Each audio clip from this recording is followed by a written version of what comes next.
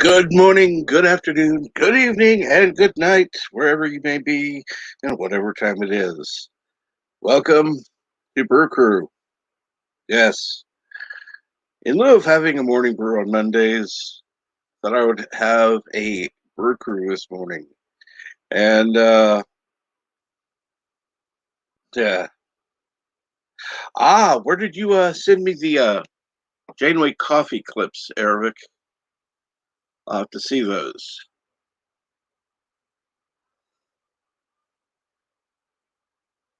Because I'd love to see some more. Um, that way I can actually fix some things on this one. Be kind of nice, actually. Take some work, but I'm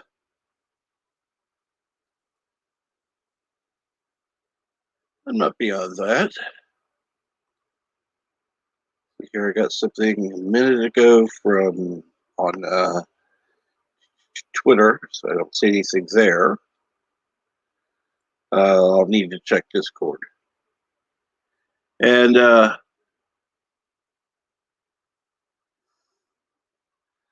haven't checked that today. Okay, just have a few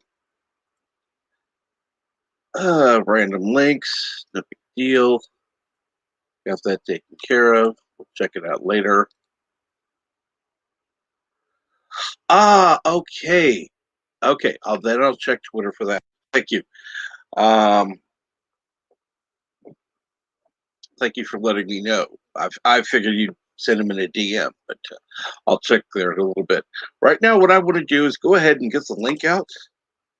As you'll notice that the Brew Crew is always uh, subscriber only because I want to give a chance for, uh, you know, Morning Brew is for everybody. I want everybody to come, whether they're a subscriber or not. Um, you know, Brew Crew is more for people who already consider themselves part of the Morning Brew family and just want to hang out with others who are like minded. And it's really easy to join. All you have to do is click subscribe and be subscribed for 1 minute. And you two will be able to really, really, I can't even send my own fucking link.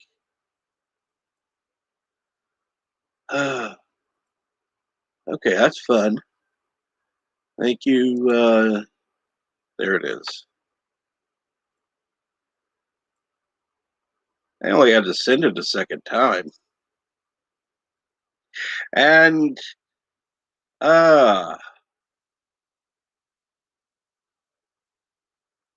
okay, I'll check Twitter, see what the messages I sent, which is really easy, thankfully. Tweets and replies.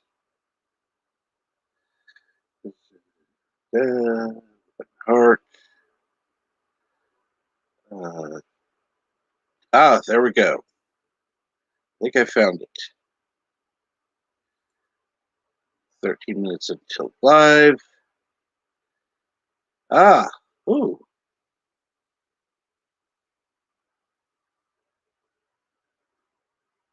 Let's see this one.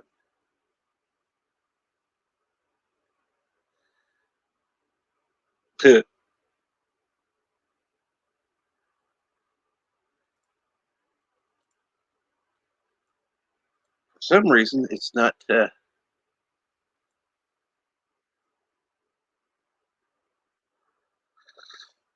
Okay, I'll have to.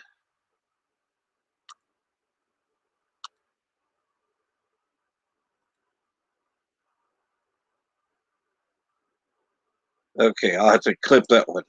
Yeah, thank you. That is absolutely cool. And anyone is welcome to join the panel. And good morning, Super Loverpuss. Uh, you're not late. And in fact, it just started. So perfect timing. Um, first day off in over a week. You slept in. That's absolutely wonderful. And good morning, Star Trek nitpickers. Uh, here. Good afternoon, Yitza. Good morning, Super Blubber Puss. Like I said, anyone is welcome to join. It's absolutely, I don't know. I have fun coming on here and doing this. I did have an issue with my, I will say this, my wound care, which is usually tomorrow, about the same time every week. The doctor has decided to take a few personal days. And so it's going to be moved over to my regular doctor's office. The only problem with that, number one, it takes longer. Number two, it's going to be later on. So I'll be here later. But yeah, probably more closer to my bedtime. And good afternoon, Mar. Hello. How are you doing today? I'm doing fine so far. It's a little bit hot here in Germany at the moment, and because of rain, it's also the air is very moisture at the moment.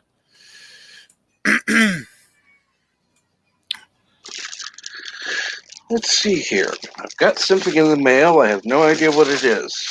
Oh, show us, show us. I wish I could. Or How the hell is it? don't show us because who knows what it is. I don't know what it is either. Probably something you do not want to see us. Let's open the package real quick. So, look. Okay, why is it sealed into the package? That's interesting. I have never in my life had something like this. Well, I can say it's, however they closed this has destroyed the package or the magazine or whatever it is. Yeah, lovely. I would have kept it wrapped, but who cares? What the hell? No way. You've got to be kidding me. Hold on. This has got to be from Karen.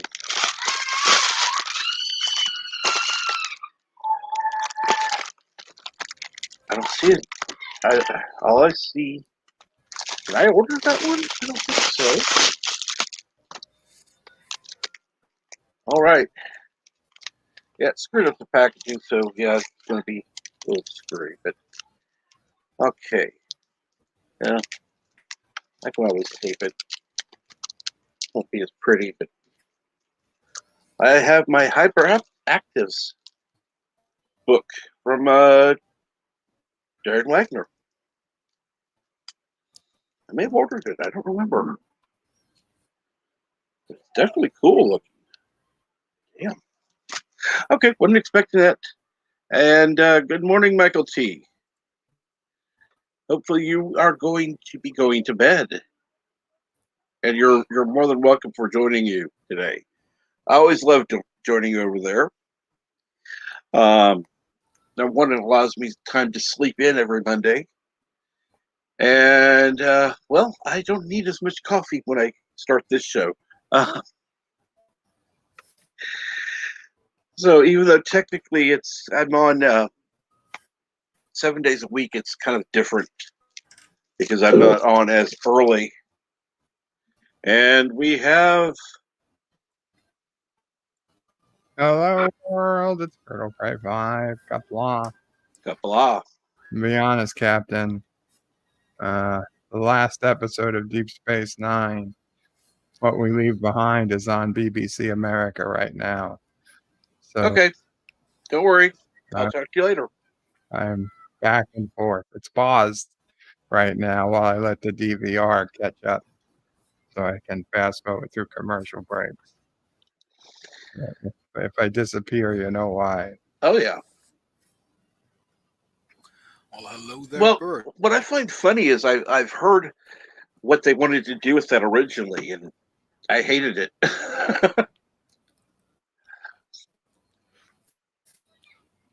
The whole concept would have been a bad message, in my opinion. Who gets Yeah, oh, that married? would have been terrible. I would have been very upset had it all been a dream. Well, that was one of them. Everything would have been a dream. The other one was the basically Cisco just leaving forever. No goodbye message. No joining the prophets. Just gone. Well, I didn't hear about not joining the prophets, but I did hear about no return message. That was Cisco wanted to return, but Avery Brooks Yeah, your Brooks. wanted Yeah. the return message because a black man leaving his kid was too cliche. Yeah. That would have given, in my opinion, it would have given Star Trek a bad name.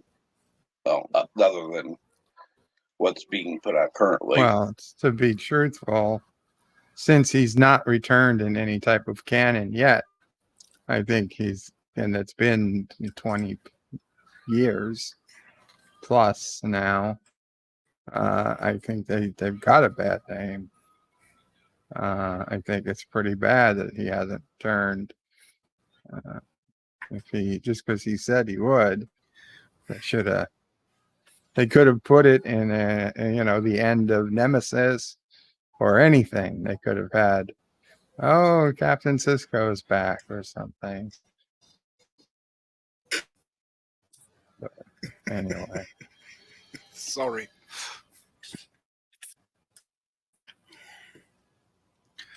The way I get it. said it was just kind of funny. Oh, yeah. Heck. uh,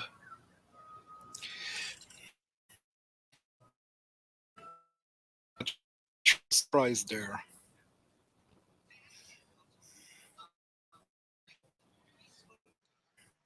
That would have been more of a one-off line. Oh, did you hear Captain Cisco's back on DS9? Oh, why isn't he here? Oh, he's just visiting family. That kind of background conversation where people could just, it not really be an important part of the story, but just there.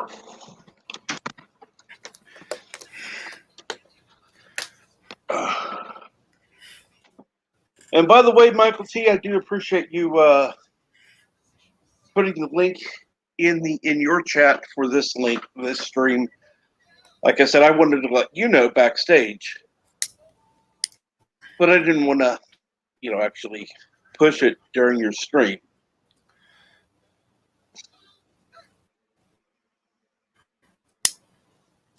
And by the way, the purple color that's being used, you can blame Mar. Nope. I wanted pink. Fine. Fine.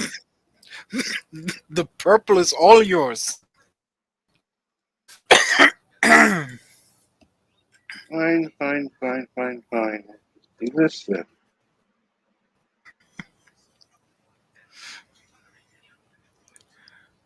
Okay, where'd it go? Need a.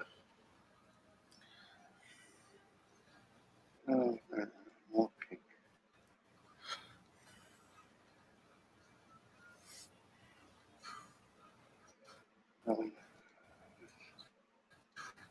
That's a bit of red.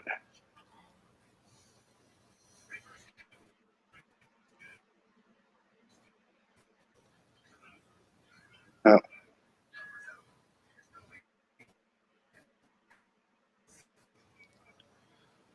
There we go. That should be better for you. There's your pink.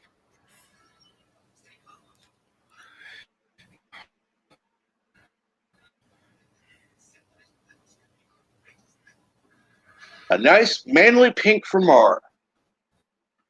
Yep, I already feel the femininity flow through me. And I need a And kind of hello, male Jedi Bill. fetish. Hey, Darius.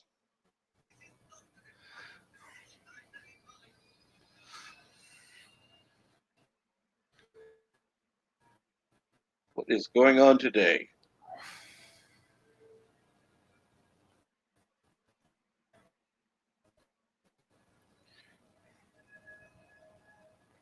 I love the fact that people just like to talk to each other. That's fun. Always fun in the chat. Of course, having these as member only streams, it usually drops the number. But hey, doesn't bother me. Subscriber only. I'm sorry, subscriber only. Whatever. I said it wrong. Subscriber only stream. There's no reason anyone can't chat, okay? If they want to chat, all they have to do is hit subscribe. There's nothing stopping anyone. And they can always unclick it when they're done if they're all If that they're so upset. inclined. Yeah, if they're so inclined that, God forbid, subscribing to you is going to hurt them in some way, so be it. Then unsubscribe when you're done. But we both know it's not an actual problem anyone has. And if they do, so be it. Happy chat. Or is it a chatting chat? Is a happy chat? Good chat is, yeah. It's a happy chat. It's always nice to have a lot of chat going on. Now it'd be a lot more active if Kronos was here, but I'm sure he's asleep. I still have no idea where exactly Kronos is stationed.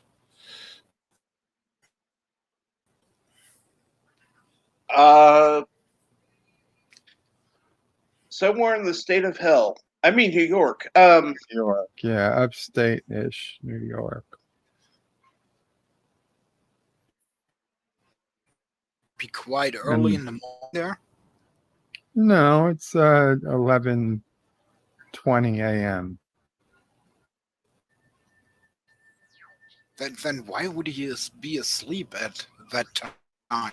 Well, he does stay up very late. Yes, he does. And good morning, Dave G Sound. What's going on?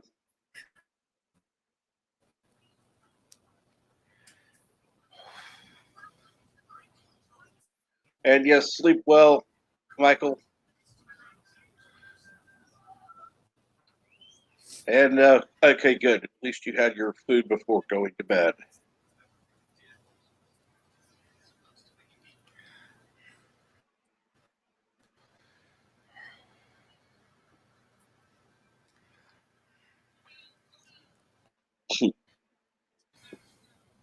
It was funny because I did get a message before. This is probably a couple weeks ago when I had another subscriber only stream, and it was on Twitter, and it's like, well, why are you making it subscriber only? Like they had a problem with it. And good morning, Super Blubberpuss. Hello, can you hear me? Oh yeah, loud and clear. All right, let me know if it's too loud. I'm troubleshooting a new microphone.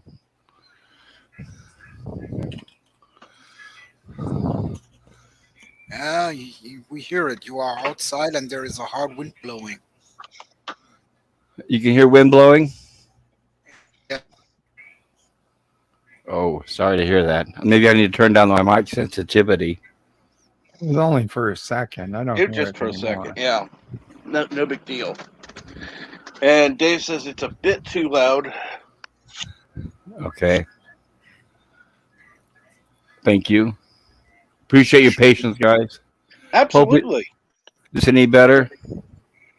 Silent person like me on the panel.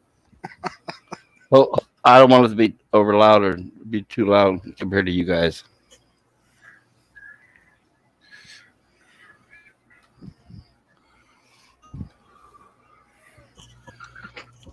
So, Bert, what's going on with the show? What the show? What show? The final episode of Deep Space Nine. Oh, I've got it paused. There's like 6 or 7 minutes left till it catches up. So this way I can fast forward commercials. They're currently just the Cardassians just switched sides, and the founder ordered all Cardassians everywhere exterminated.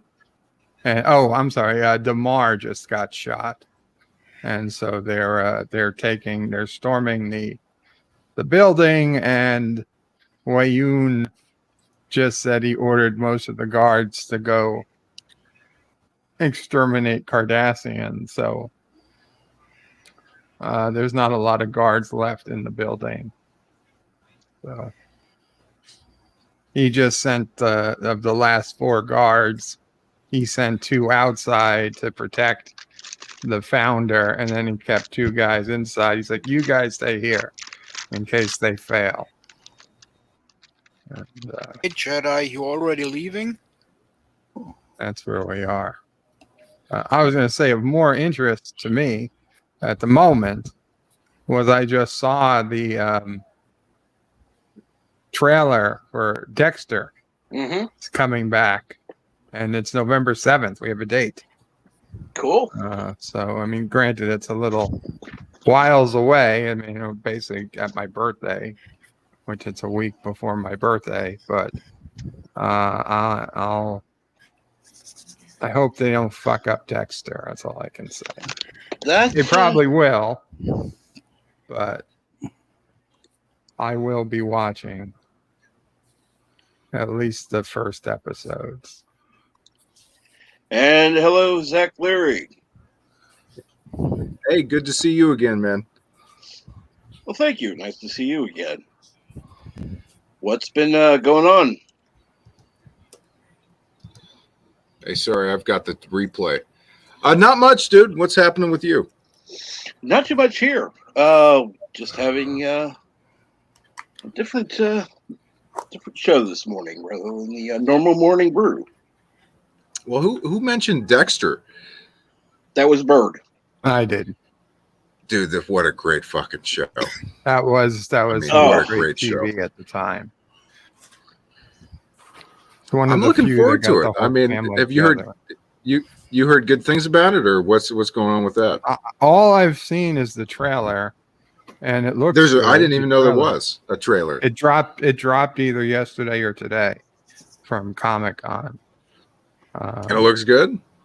It looks good. He's where we last saw him. He made a life there As like a fisherman or something. Right? More the Pacific Northwest. Was a logger, I think, when we last saw him. But I don't know. They didn't show anything about his son or his old girlfriend at all. So I don't know if they're going to show up at all. My guess is not.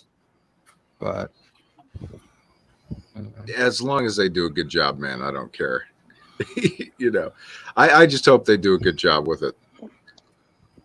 Just hearing them talk about his dark passenger again, it got me all goosebumpy. I may be mistaken, but I thought I heard that Dexter turned woke. Is that right? Well, we wouldn't know it. It's not. Nothing has come up yet. Okay, well, that's always good to hear. Bird, I have a question. You've been watching the Twilight Zone episodes, right? Been watching what? Twilight Zone. Yes. Well, I mean, we're only 6 episodes into the official rewatch, but I've watched Twilight Zone. You're going to watch them all in order? Yes. Okay, my question is: have you seen the encounter, the episode from season 5 that was banned for many years? It wasn't allowed in syndication until just a couple of years ago. No, I guess we're only in 6 episodes into season 1. Okay, I'm just saying because I just discovered it, and it's wonderful to see an episode for the first time because I have seen this show many, many times over the years, over and over. And then I discovered that there was an episode that had never been viewed in syndication. It stars George Takei, and I watched it, and it's absolutely wonderful. So I'm just letting you What know. episode is it? It's called The Encounter, season 5, episode 31. It was Oh, thank you. It was originally aired May 1st, 1964, but because of the racial issues, it was never shown again until a Twilight Zone marathon on the Sci-Fi Channel, I believe, in 2019. Like I say, I did see a lot of Twilight Zones during those marathons for the first time. Right. Well, this one you've probably never seen because I have seen every episode over and over, probably as much as Star Trek. So for me, it was truly, truly incredible to see an original episode for the first time. I'm definitely going to check that out. Thank you. Oh, anytime at all. How was George Takei? Was he good? Fantastic. You look at him, and you realize, wow, what a cast that this original Star Trek had. My God, what talent! Yeah. He wasn't just, I love the original series more than anything. I would never complain, but that is the one thing that if I had a choice, I would go back in time and kind of give each of the other characters a little more room, a little more spotlight on the stage. That's the only thing is I wish we would have seen more Sulu, maybe her kicking ass in an episode or two like she did in the animated series, Oh, yeah. But you can really see the talent in George Takei. I mean, he's a wonderful actor. He did a good job in the part. Yeah, and he did 2 episodes of Twilight Zone. Did he? Okay. Yeah, I believe it's 2. Yes, he did 2. George Takei did 2. George Takei did 2 episodes of Twilight Zone, Cap? Really? Right. And James Doohan did 1. Yeah, I saw James Doohan. I know William Shatner did too, and I know Leonard Nimoy did an Outer Limits episode, but I'm honestly drawing a blank on George Takei being in there. Yeah, like I said, the episode hadn't been broadcast since May 1st of 1964, which is my birthday. So that's fascinating when I heard that. Is he the main guy in that episode? It only stars 2 people, him and Neville Brand. Okay. I may have to look into that. I don't think I've seen it. Yeah, he plays I don't think I've seen either. No, by the way, Zach, we are definitely doing the Dark Knight DVD thing. We are going to do it. Just you have to give me a little leeway. I'm sorry. Sure.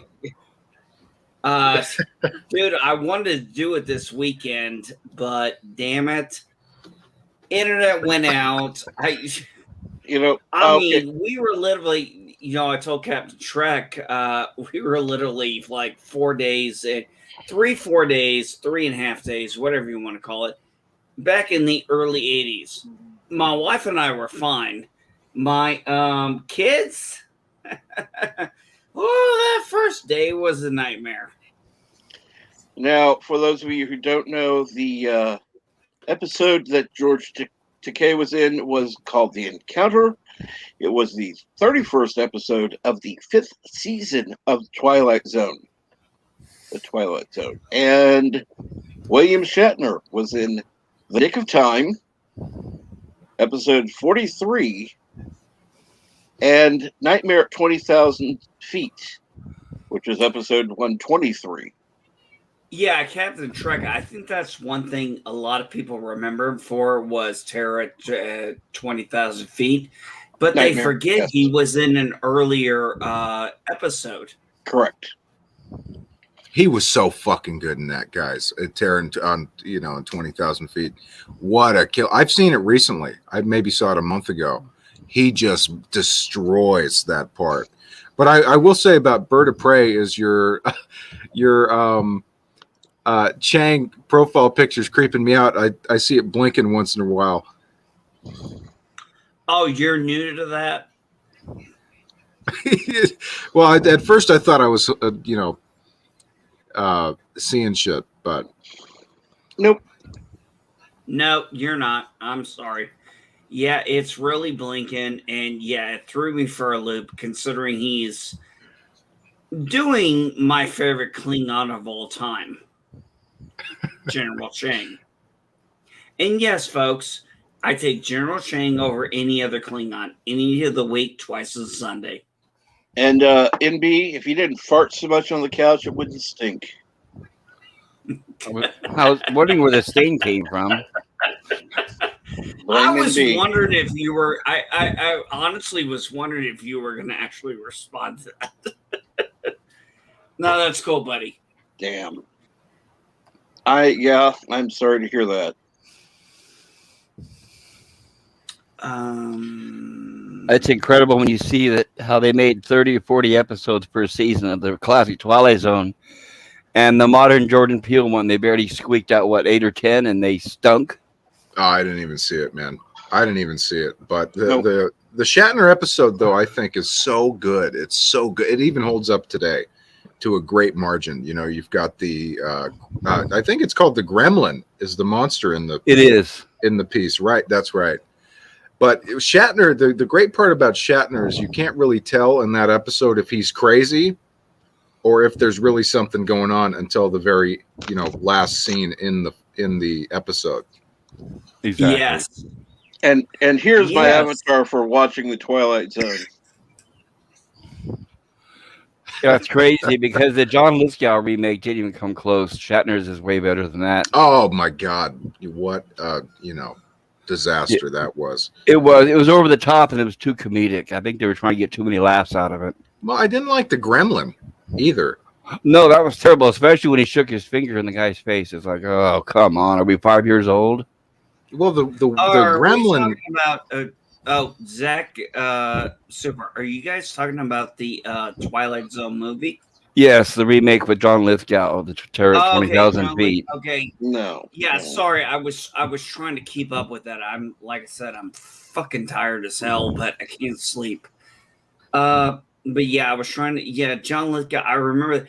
Well, do you guys remember in the Twilight Zone movie, they actually mentioned outer zones?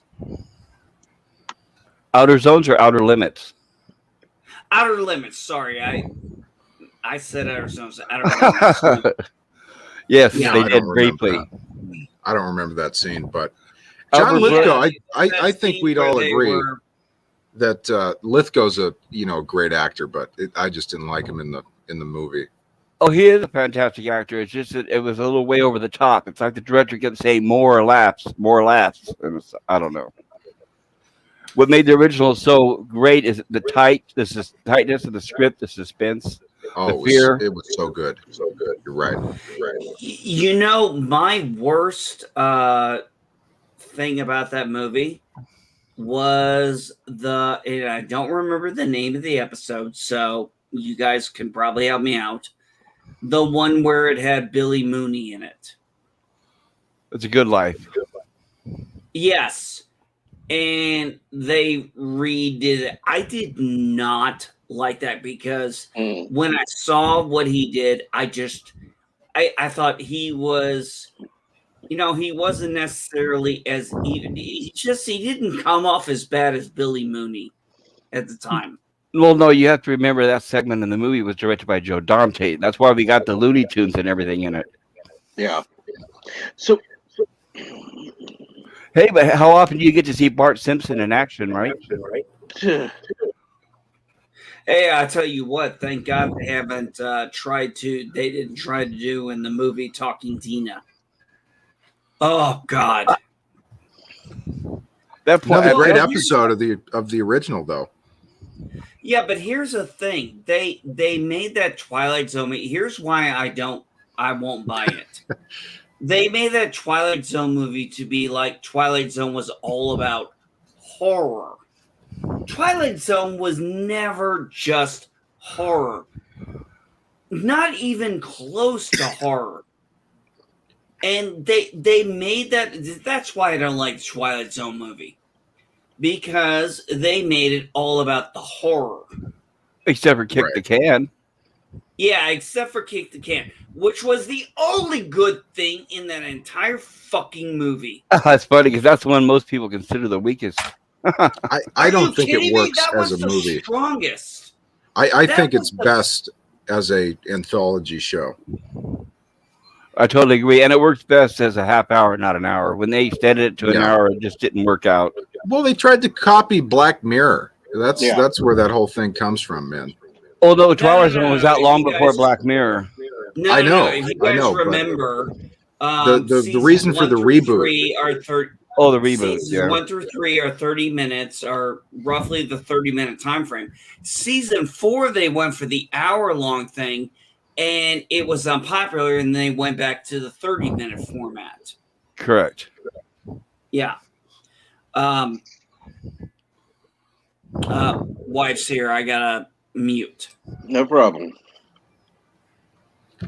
Well, I'm glad to be talking about this show, man. It seems like it's been somewhat forgotten, and what a great show, great acting, great scripts, as Super said. Just tremendous stories, man. Yeah, people don't talk about it enough. And another thing too is we're talking about Terror at 20,000 feet. Have you guys ever read any Richard Matheson?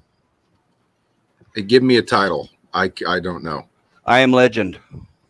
Oh yeah. Yeah, I am going to be a stickler. It is Nightmare at 20,000, not Terror, but And that's a first, Captain. You correct somebody else other than me. Try reading his books, though. I mean, it was fantastic. The Incredible Shrinking Man is a great book. The Legend of Hell House. I mean, I could go on and on. His books are fantastic. Did he write that script? Yes. And wow. One of his first short stories, scary as hell, is called Born of Man and Woman. And you guys should really check it out. His books are the type where you'll never put it down. You'll start it and you'll never put it down. Start with I Am Legend. It's a collection of short stories, and it's fantastic. In there, you'll find Born of Man and Woman. Now, when you're talking about I Am Legend, right, we're talking about the book, not the movie. Yeah, forget about the book. That was crap. Or the movie. Forget about the movie. That was garbage. Yeah. They've never done. I understand what you're saying. Yeah, they've never done the story justice, because every time they tried to make the movie, they always had to go by the Eagle of the Star. So they changed it first for Vincent Price.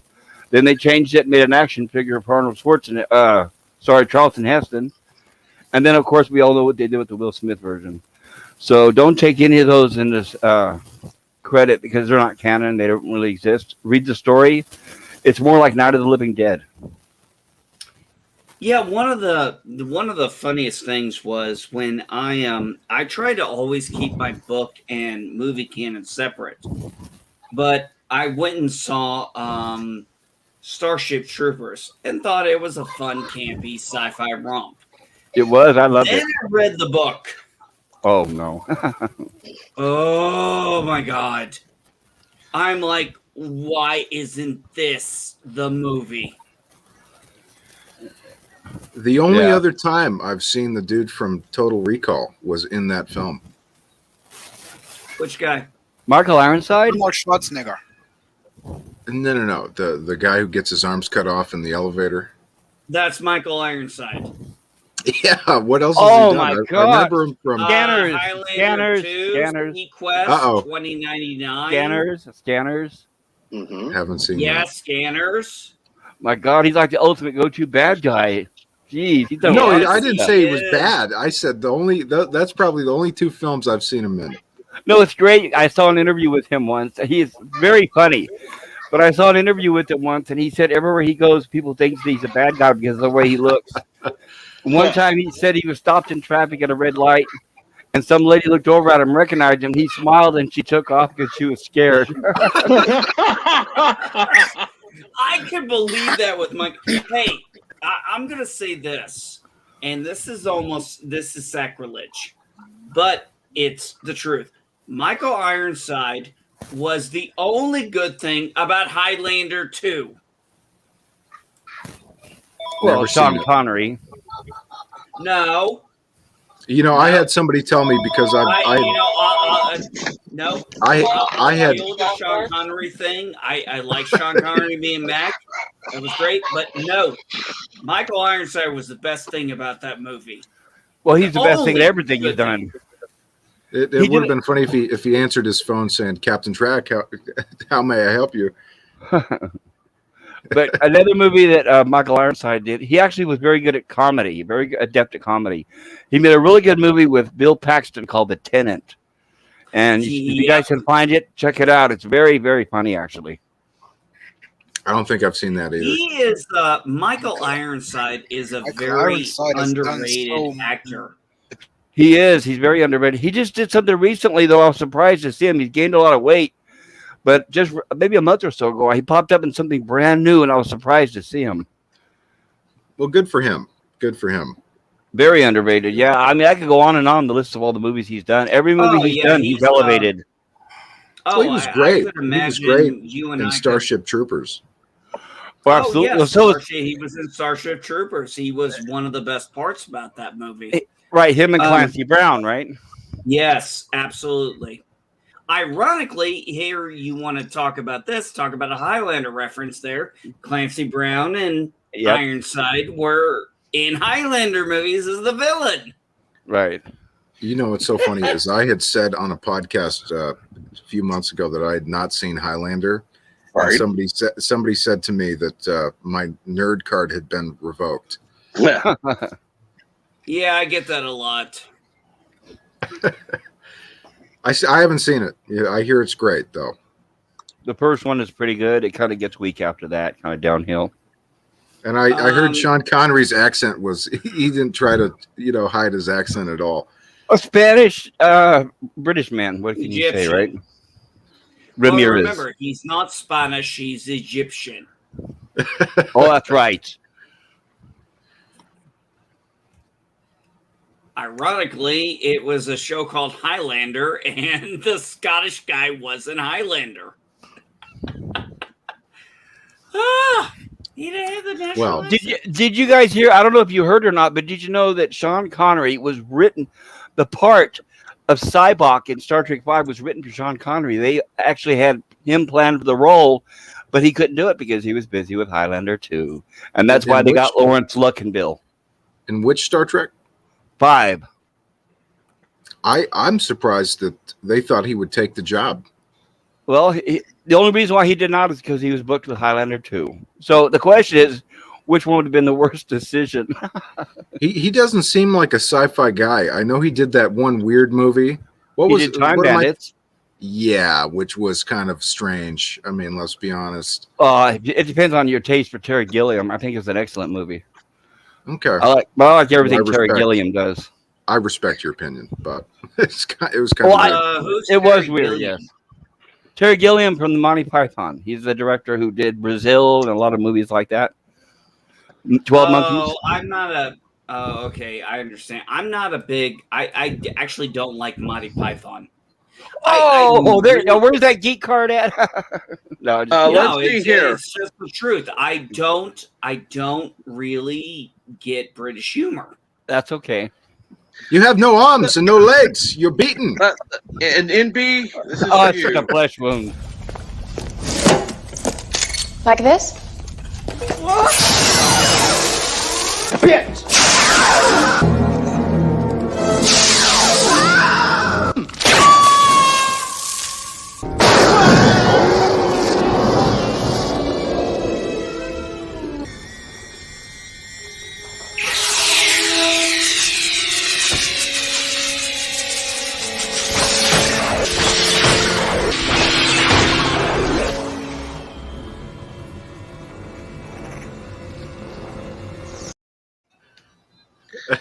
Yes, phasers to kill. Yeah, come on. He got phasered out of the podcast. Yes, he did. Damn. Am I the only one who has a problem with how fast they go nowadays in the new Star Trek movies? It's like a gunshot. Oh, yeah. Am I crazy, or does anybody else have a problem with that? No, they do that because they make it for the younger crowd with no attention span. Oh, is that what it is? Right. You have kids that can't sit through a television commercial, so that's what it's made for. Bam, bam, bam, bam, bam. They're afraid the kid's going to change the channel. Well, it's crazy. It's crazy. You could dodge a fucking phaser, you know, in old Star Trek. You could dodge it. Well, in the old westerns, you could dodge a bullet, right? Yeah. Hey, Captain Trek, I'm looking at this. I don't know if anybody knows it. Is Christopher Lambert really French? I mean, I don't know. He has an accent. So, I don't know, possible. I remember he was the first Tarzan that had an accent. Well, technically, Amberjam, he wasn't Spanish. He was Egyptian. You said you were from Spain! Christopher Lambert was not Egyptian. No. Juan Sanchez Villalobos Ramirez was. He said he's not Spain. He said he's not Spanish. He's Egyptian.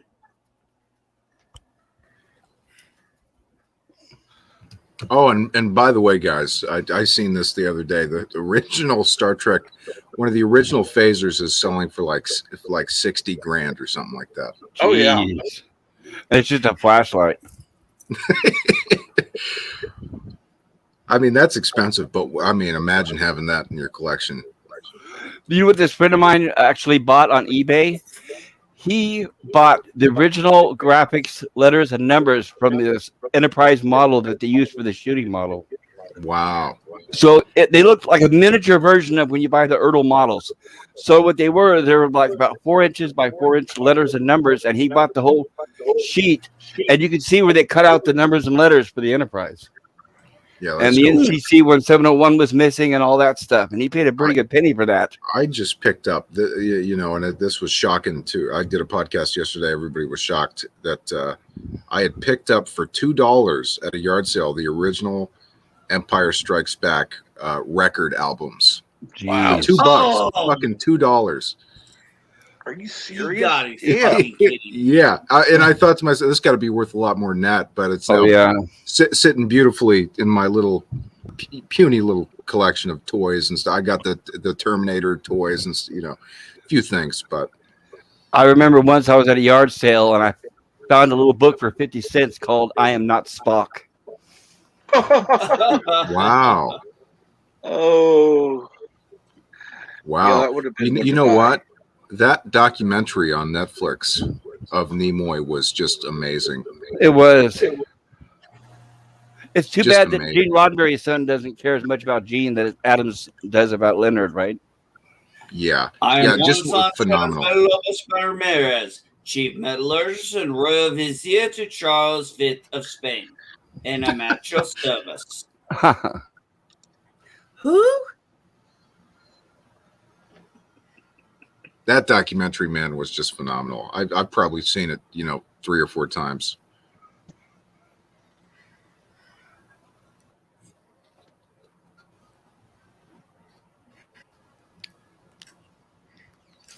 Well, actually,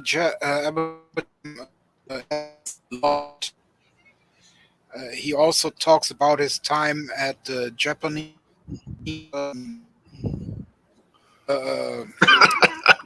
Something's going on with your What's the English your word? internet there. That's very funny. Talking in cursive. What, somebody's what's the cutting English out. word for emperor?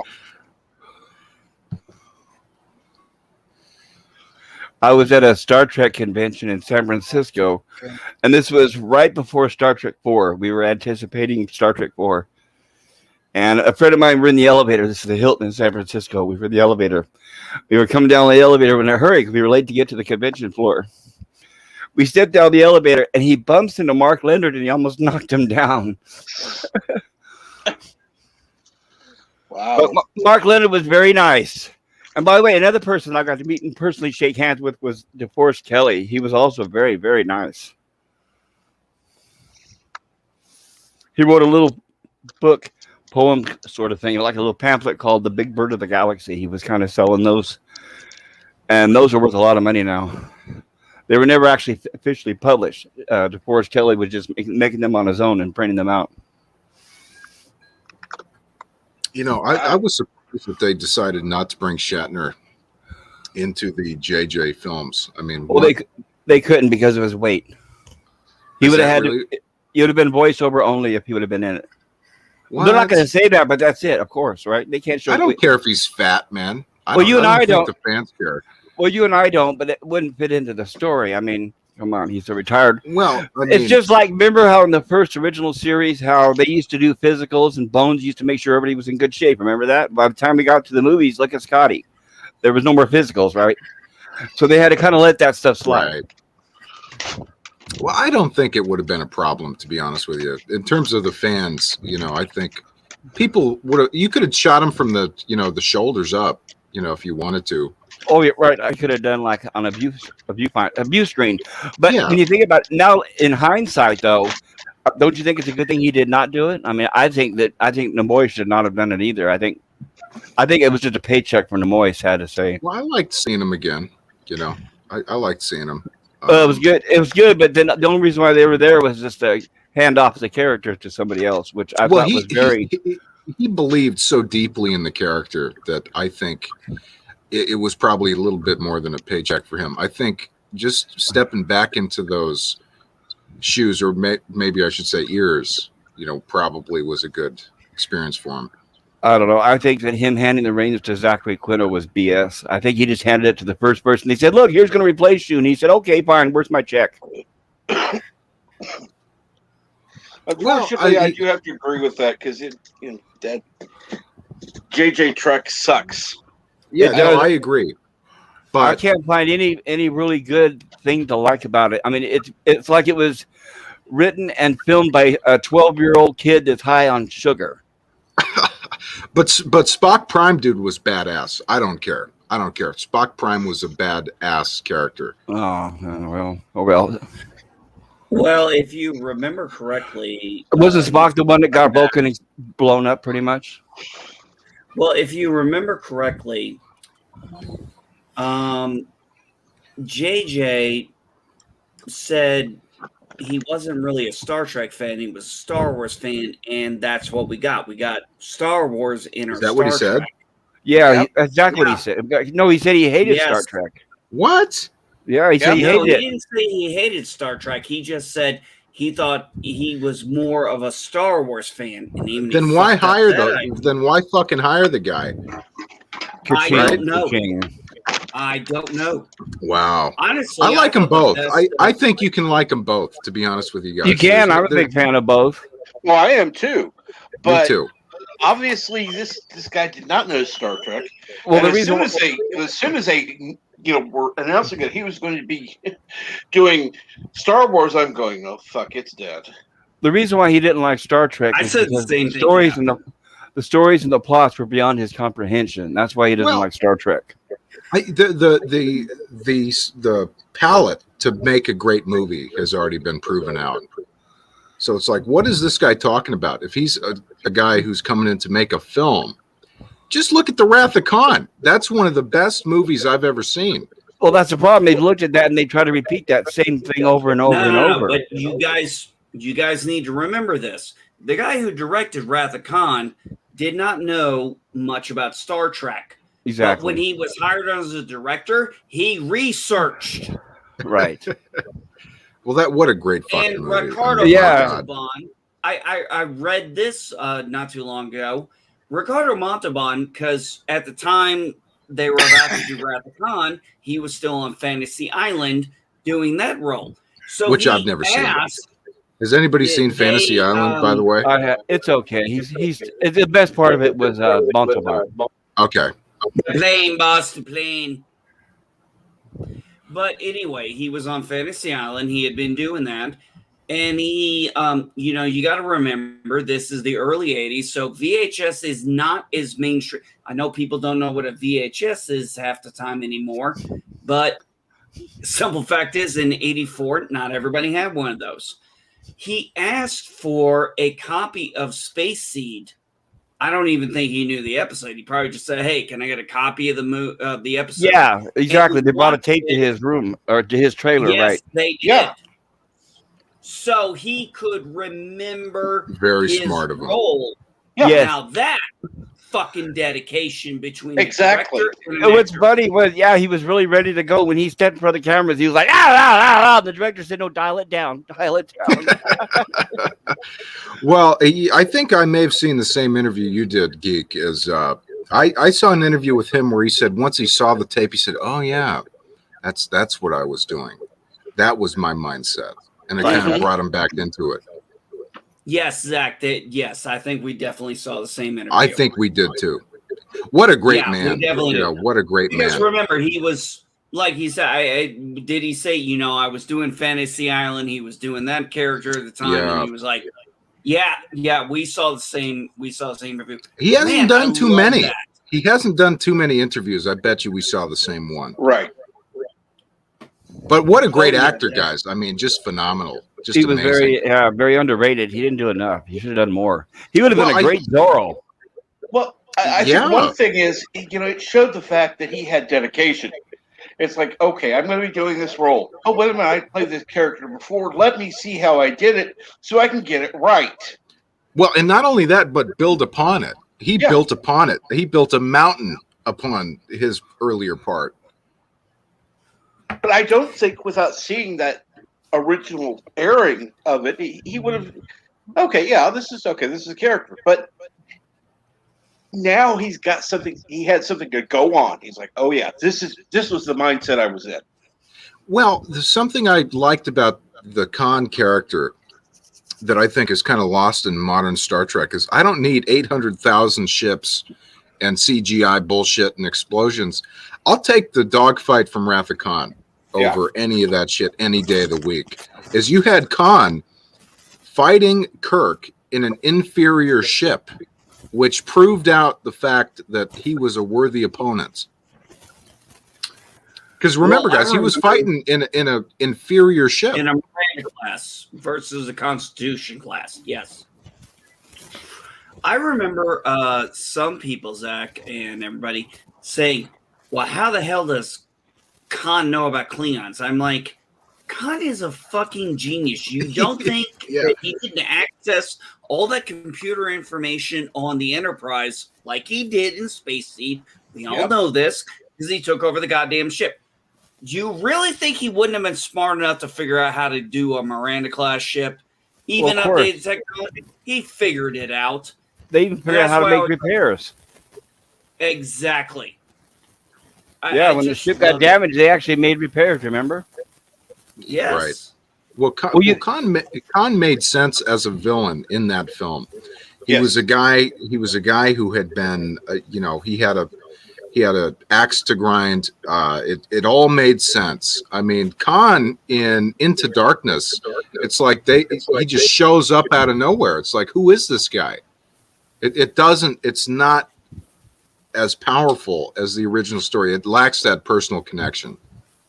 No, what killed me with that movie was, and I love Benedict Cumberbatch as Sherlock and as Doctor Strange, but my God, when it beamed to Kronos,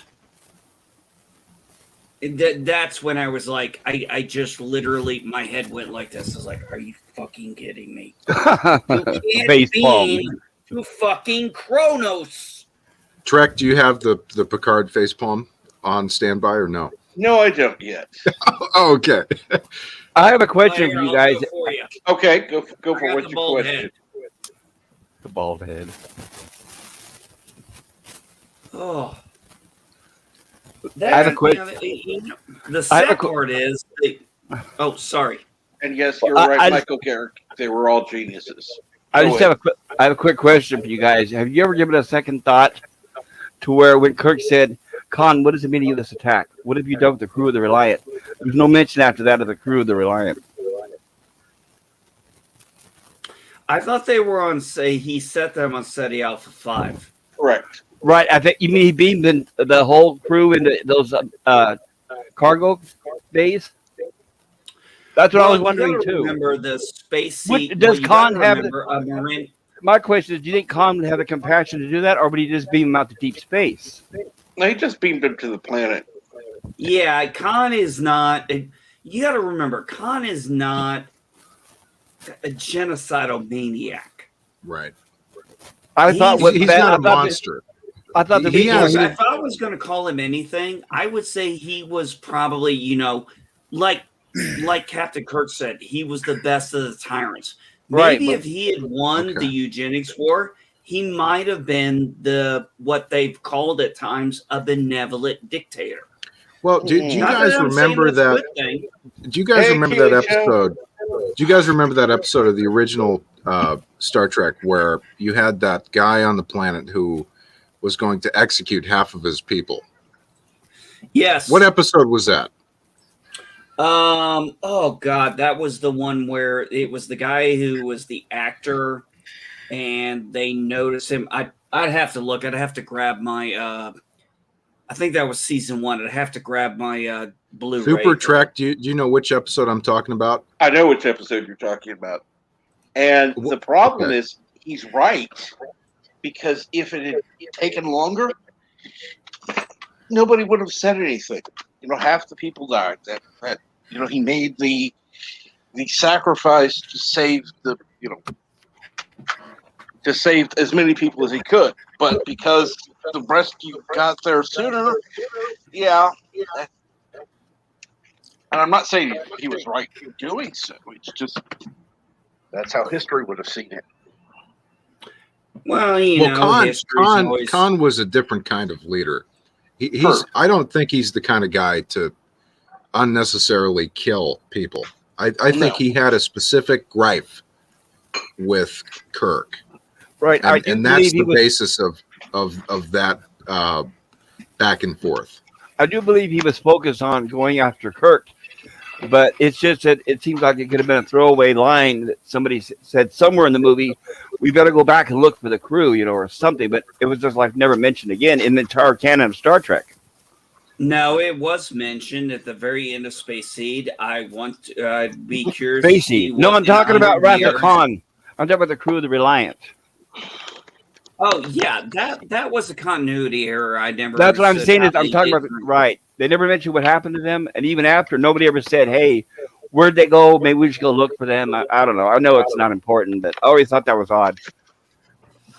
Well, I've kind of always explained it away as they said when it came to Chekhov, Chekhov wasn't in the first season. That's how I know it was in the first season, and.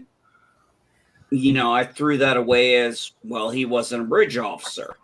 And also, I can also throw away another line, whereas maybe he didn't know they sent him to SETI Alpha 5 because he wasn't a bridge officer at the time.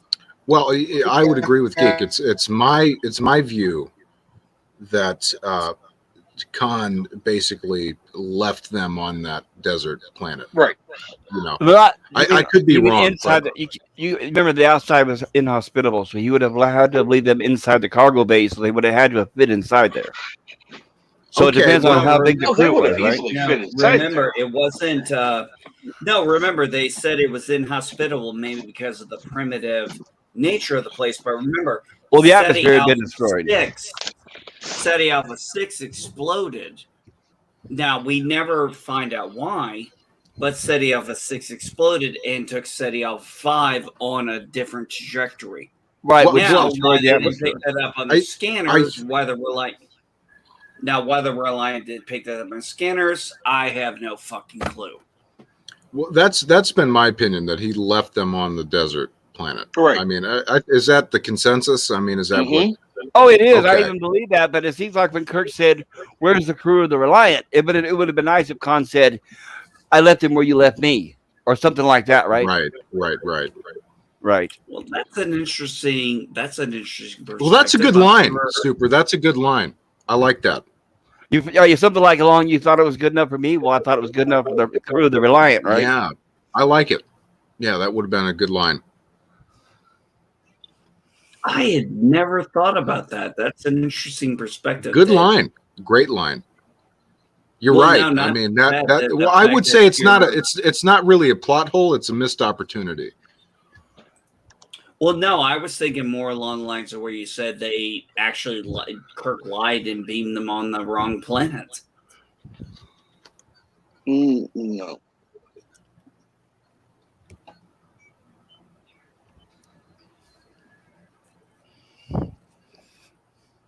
Because You guys, go ahead.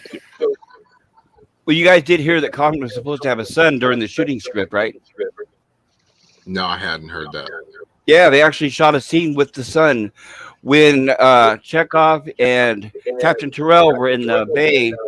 Captain Terrell said, "What do we do about the boy?" But they dubbed his line over and said, "What do we do about the tricorder?"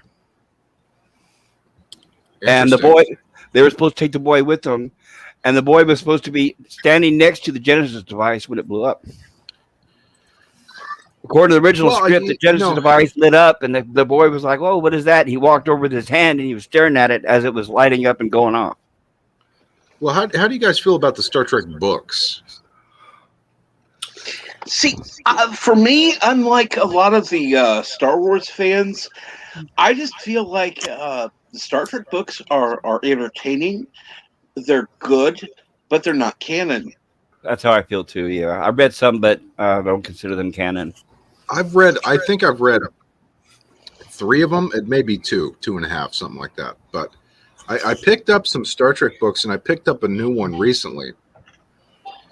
And I was just kind of curious because, you've got like Star Wars canon and you've got Legends. So I didn't really know what the deal was with Trek.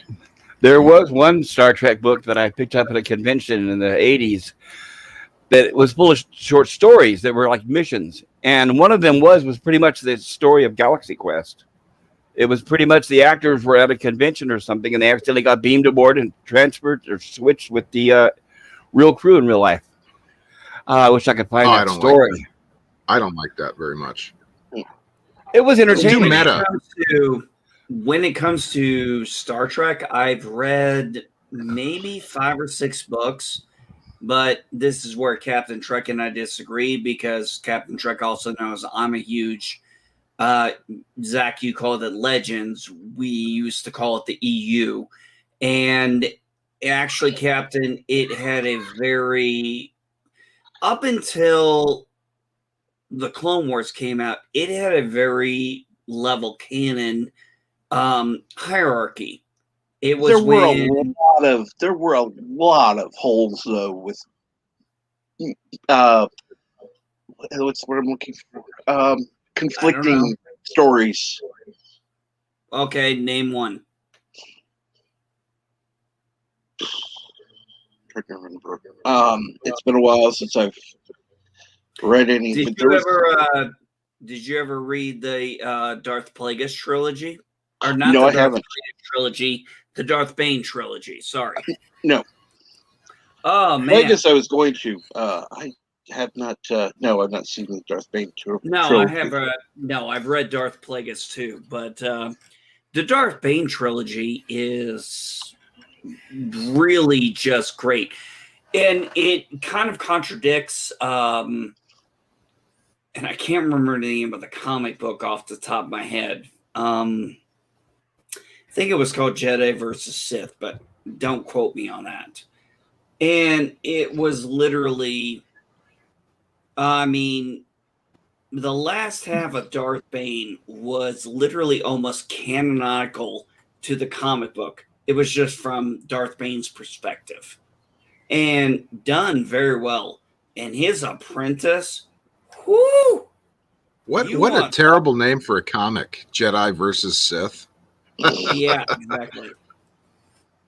Nah, trust me, it was not a good comic. But the Darth Bane what a trilogy terrible name. Darth Bane, and then we get into Darth Bane, the Rule of Two, because Darth Bane is the one who sets up the Rule of Two.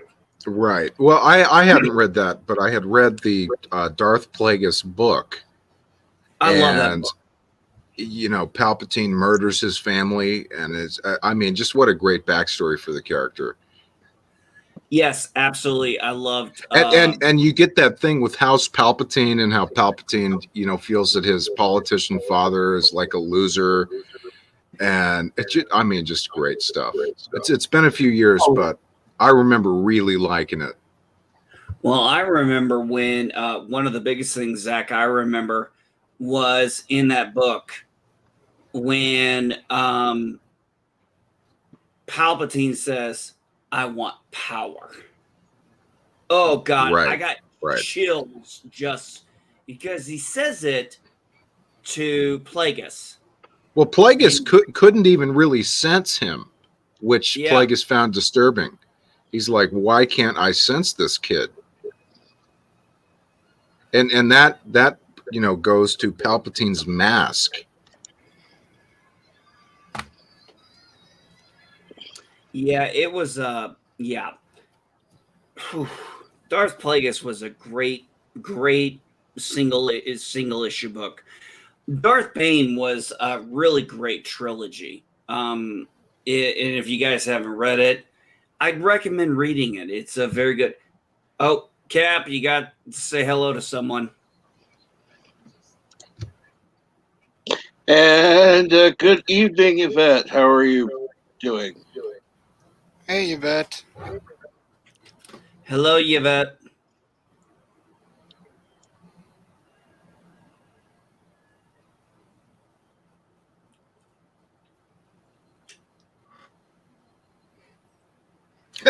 That's very clearly a Russian name, right? I would assume.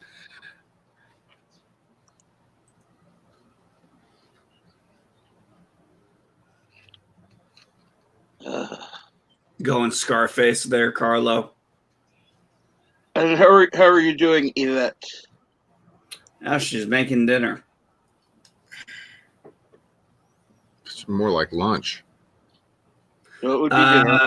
Not for Breakfast her. or She's lunch? in the UK. She's in the UK, Oh, okay. so yeah, it's about 5:15 p.m. It's an early dinner. Not for normal people.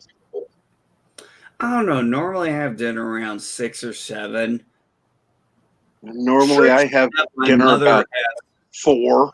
Well, this is pretty sad. I have not had good food for about 2 months. I've been eating fucking chicken and steaks. I like steaks, but I've been trying to lose a couple pounds. I have not had pizza. I've not had like pasta, anything I like for like 2 months. It's tough. It's tough. Yvette, what are you making for dinner? Cap, I would love to go to Yvette's house for like a breakfast, lunch, dinner, and or if we could do like a stream, you get a smell aroma of what she's cooking. Except for lunch, because she's always making sandwiches. I wish I had a shot collar on you, Indy, every time you say Yvette's name wrong. That would be actually kind of fun. Let's have Depends on the voltage. Well, that's true. It wouldn't kill him though, but Oh. I don't know why, but that reminded me of something. Have you guys seen Palpatine Gets a Job?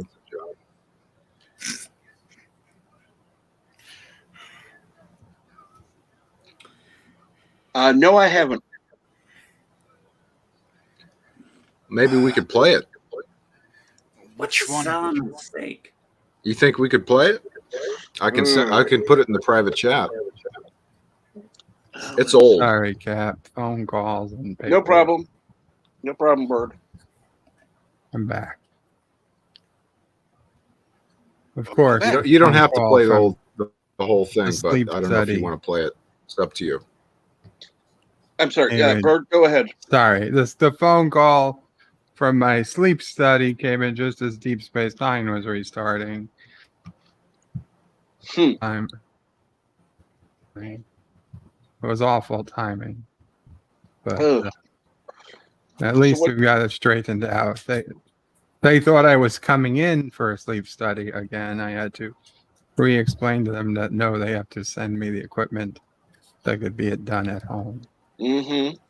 But seems to be settled. I should get it later this week. Then all I have to do is use it. Good to I'm hear. sorry, I don't know what you guys were talking about. No, good to hear, man. Wishing you the best, dog. Thank you. And I know somebody was talking to me like 30 minutes ago when I first had to go. I apologize if I left somebody without an answer. You're all good, dude.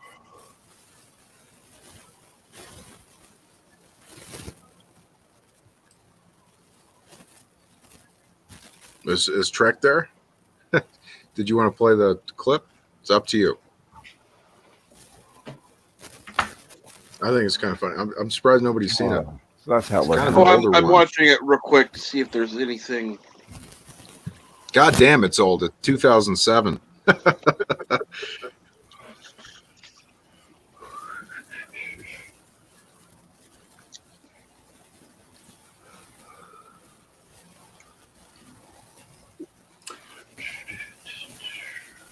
Yeah, you should be all right. It's an older video.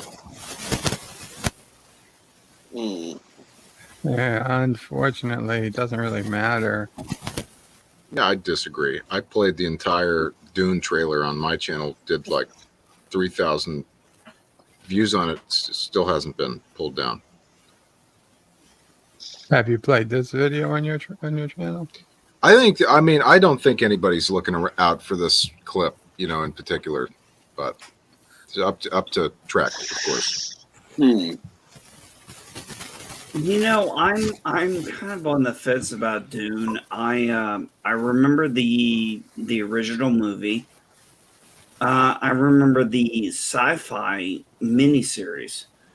Yeah, I read the book. I read the first book, and I'm gonna be honest, fucking hated it. wow. I like it. I'm looking forward to it. We're doing a video today about it. I think it's going to be a big hit, guys. I think it's going to be a smash hit. I hope it is. I really hope it is. I hope maybe, you know, this might be one of those few times I enjoy the movie over the book. I mean, Well, I really do. I remember think the it's David got a Lynch great one. cast. You know, I think we all remember the David Lynch one. And people kind of, you know, go after David Lynch, but it's important to remember they took Final Cut away from David Lynch. He did not get to make the Dune he wanted to make. So, and I think he was quoted back in 2018 or 19 saying that Dune, quote, and he's David Lynch, a funny guy. He said, you know, Dune is a great sadness in my life, you know. So, I can't blame David Lynch. I think he's a good guy. The studio stole his movie, so I can't blame him. Yeah, it wouldn't be the first time they've done that. No, absolutely not. Well, But I no, think he like did I make said, a mistake, though, hiring people from Twin Peaks. I think that was a bad move. But aside from that, you know, they stole his movie. Well, unfortunately, that's common with studios. Yeah. Oh, look at what we just had with He-Man. Yeah, it usually happens when the person who greenlit the project is replaced halfway or midway through the production, and then the new person comes in and announcement changes happen. Is that what happened with Kevin Smith? Kevin Smith, I don't know, but that's what happens with a lot of the movies when the budgets are cut during production. Well, I have kind of a controversial opinion, which is that He-Man was always terrible. You know, I don't know what what the panel here thinks, but I never liked it. It was a simple childish show. In fact, last night, I'm not a huge fan. I have not watched the new remake, but after hearing everything the last few days, I went back last night and watched the first few episodes of the first season of the original show. Mm-hmm. It's made for kids. It's probably designed for little kids under 8 years old. So it's, you know, you can't get much deeper than that. Yeah, I was never a fan. I'm not surprised it bombed. And it's hard for me to see how, you know, people, you know, make such a big deal out of it. 'Cause I never liked it. Still don't. It was just 30-minute toy commercials is all they were. You're exactly right. See, I was sad by it because I was like, if you're going to do a Masters of the Universe, and okay, if you want to do an anthology, that would be fine. Just own up to it. Well, I liked it.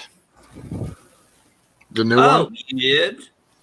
Yeah, I Okay, did. what did you like about it, sir?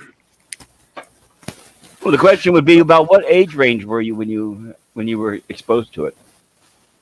The new one, No, the original series. the original series, I've watched as I was 5 or 6. That's why you like it. See, I was exposed when I was 16, so I had already outgrown it. Well, well, I have to put it a different way. I've watched it lately again, so there is not much of a change there from my Do you, feelings back then. would you feel that it has a broad appeal for kids of all ages, or would you say it's mostly focused towards younger ones? I would say it's mostly towards younger ones, and of course, it's mostly a toy commercial, or it was mostly a toy commercial back then. Right. Oh yeah. And, back Thank then you with for toys. thank That's you for stopping by, Carla. Go ahead. Uh, oh, oh my God, my brain went stupid. Oh, go ahead, Mar. Okie dokie. So back then it was of course more toy commercial, but the toys came out before the series. And back then in the toys there was those little comics, and they also was not really confirmed with the storyline, because you had in every with every action figure there was another part of the cartoon, and it was not really lined up. And you only had He-Man. He was not even Adam back in the day. He had to fight with Skeletor to get the second part of the sword. So with both parts, you would get the power to enter Castle Grayskull. And with the comic series or the TV series, Adam already had both parts of the sword. Mm-hmm. And he was Oh. the master of the universe because he could enter Castle Grayskull whenever he wanted. So now what Kevin Smith did, he separated the swords again. And because He-Man died in the first episode, Tila had to go and search a character that we can relate to. Well, sure, But he comes back. They though. could have. They could have Right here, used. doesn't he come back? Yeah, kind of. But Oh. I heard he let's comes back and he gets killed point. again. Is that right? Yeah. I heard the same thing. Well, he comes back and Adam gets stabbed, but he didn't die. Yeah, toxic white male. You can never kill him enough, right? Well, probably Kevin Smith will kill him another 5 times in the next when it goes on. Who knows? Well, Kevin So- Smith has been an epic disappointment in this entire process. I mean, He's a shill. well, As I yeah, say, he did yeah, a good but job there. I like Clerks, and I like How long ago was Clerks? Jay and I like Jay and Silent Bob. And Right, but I how like many their years whole ago was thing. Clerks? Yeah, no, I know, but I Yeah, like that the did- movies. I like Clerks as well, but that did not give him a lifetime pass for all the mistakes he's been making. since No, then. I agree, but I like Jay and Silent Bob Strikes Back. I like all of them, but it's been kind of weird to see him out there campaigning against public opinion. That's not the job of a filmmaker. Let me ask you: could you go back wait a now and watch second. his older movies again with fresh eyes? Let me just really quick say something. Go ahead, Yeah. Mark. Yeah. NB Geek just dropped out. Yesterday he was on here and he said that he couldn't relate to Tila because she was bitching and leaving, which is exactly what NB Geek just did. Okay. Just saying, NB Tila. Okay. Well, I've been involved in a minor degree in the film business. We're doing this may be the first time I'm announcing this. We're doing a Revan short film in 2022, but I have never in any project I've ever done, nor have I known anybody I've ever worked with who has come out and attacked people. I mean, to me, that's kind of insane. It's a sign of desperation. Well, what the fuck is he doing out there? He like did a press conference going after fans? I mean, is this guy insane? Well, because the studio's going after him, saying, "I thought you said you knew what you were doing." So is that what it is? Yeah. So naturally, the first thing he's going to do is, "Well, I know what I'm doing. It must be the fans." You know, it's the review bombing. That's so crazy. But You know, most of them and didn't I even think see it. they should have known what they were doing when they saw Tusk. You know, and when they saw what was that movie he did with Johnny Depp's daughter and his daughter? What was it? What was it? I can't remember. Yoga Hosen. That's right. Yeah. What a piece of shit that was. What a piece of shit that was. You know, it's like they should have known what they were doing. I think it's Kevin Smith. nepotism. He's kind of a goofball too. It's like, doesn't he own a fucking suit? He's out there dressed in, you know, like pants that are twice his size and a That's fucking his image. jersey. Well, because he's trying to look cool and he's not. He's a middle-aged dad, but he's trying to act cool. Yeah, well, you would think. Well, if I was the studio head, I would say to him, "You're at a fucking premiere. Don't you own a tux?" You know. They think I really want to meet. That's part of his image. They think that is what's going to attract his fans. If he's dressed in a suit, I guarantee you he'd lose a lot of those subscribers. Well, he's lost a lot of weight, which is impressive. Well, apparently, but he's still wearing the same clothes, right? Yeah, even bigger than it was before. Exactly. But, no, I wish everybody well, and I wish Kevin Smith well. I just want him to put out good content. Right. You know. Right. I just don't believe in people getting lifetime passes for one thing. I mean, no, I don't either. It's not like I said on the last time I was on here. My heart is broken because my whole life I loved and respected Steven Spielberg, but now it's the exact opposite of that. Spielberg you can blame for Abrams, Bad Robot, all that stuff. Spielberg walked in and told Hollywood, "Look, Abrams is the guy. He's my guy. You like me? Here, take him." And now look what we get. Well, but some guys, in my view, are made guys. Spielberg to me is a made guy. I don't care what he says. Spielberg is. Well, he earned his own, but the only way Abrams got his because he used to babysit Spielberg's kids. Yeah, no, I understand it, but you know, Spielberg is a made guy. George Lucas is a made guy. You know, and we see Mark Hamill doing all his weird political stuff, which I'm not very impressed by. But he's still a made guy for me. You know, I like him. I appreciate his contributions to, you know, but just like Picard, you know, you could do a lot of great things, but then when you do in the end, will change what everybody thinks about your past. It reminds me of Picard, exactly what Spielberg has done. I feel the same way that Patrick Stewart has done for his character. It's like, no, thanks. God, I mean, I can't because I look at what Star Trek has become and how it's been destroyed. I look how Star Wars has been destroyed. I look at how Abrams is headed to Warner Brothers next. And I look back and I thank Spielberg for all of that. Every time Abrams falls on his face, I blame Spielberg. You can't, but you can't. No. You got to blame J.J. Abrams.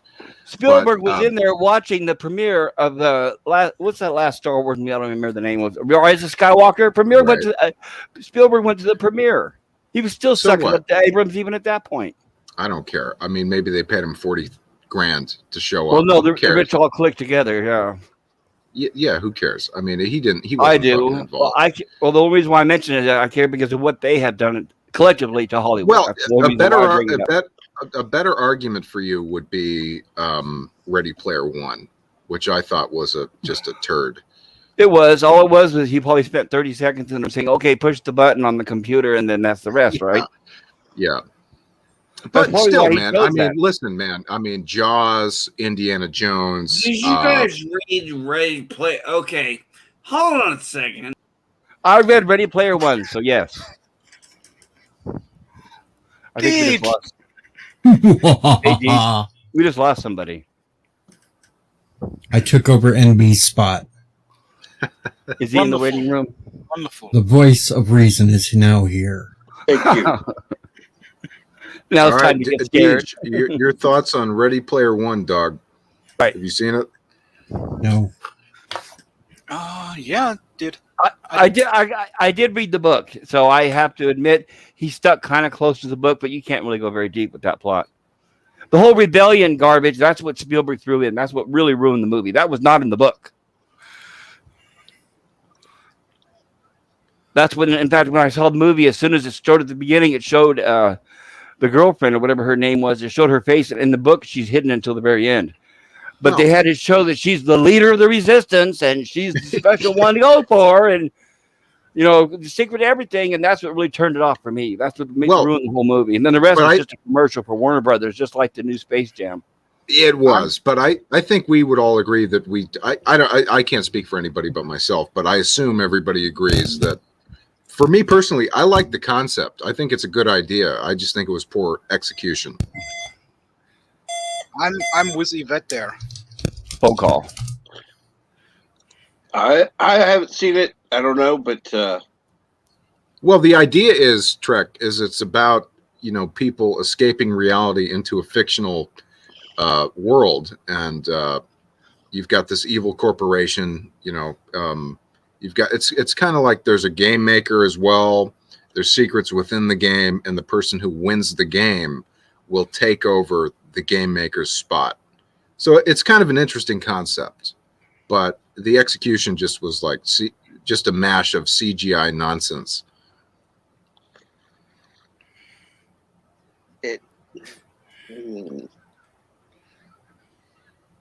Yeah, when you mention the CGI, it's like, oh, God. The whole fucking movie, dude, was just CGI. And they brought a bunch of properties back from the dead. The Iron Giant was in the film. The Shining was in the film. It's like, come on, man. Yeah, that was great, actually. I thought that was pretty much what would happen. You have an old game designer that grew up with those movies and this stuff. So yeah, you would have it in the game. Right, but they had to change it to fit Warner Brothers. For example, in the book, instead of the Iron Giant, it was Mechagodzilla. And Which at the end, would have been cool. It would have been better, a lot better, because he actually fought, and they barely showed Iron Giant for a few seconds. But also at the very end, Johnny Five from Short Circuit was the one that actually let off the bomb and saved everybody. And I knew they weren't going to show that. That was heartbreaking. That would have been nice to see Johnny Five come up at the very end with the bomb in his hand. I'm not alive. Boom.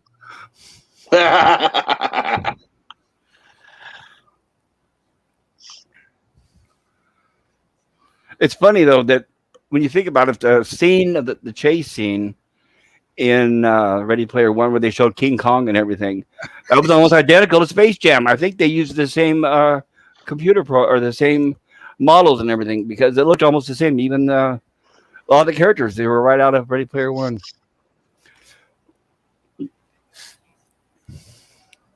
But the movie was basically hollow with no feeling. It's one of those at the end you can watch and go, well, that was okay. But it wasn't a Spielberg movie. The old days Spielberg movie, you walk out and you just think about it for a long time and you want to go see it again. I can't think of the last time he had a movie like that. Well, that's a great point. You're exactly right. It did not feel like a Spielberg film. Yeah, but when it comes to CGI, go ahead, Deej. You're here for a second. Yeah. I just want to make one off-topic comment. Okay. Alexa, who is the best Doctor Who? Well, there have been many greats to play the Now leading shut role up, of Alexa. Doctor Who. I'm particularly I just wanted to set Yvette's off because she keeps trying to make me watch that damn trailer for the new Doctor Who.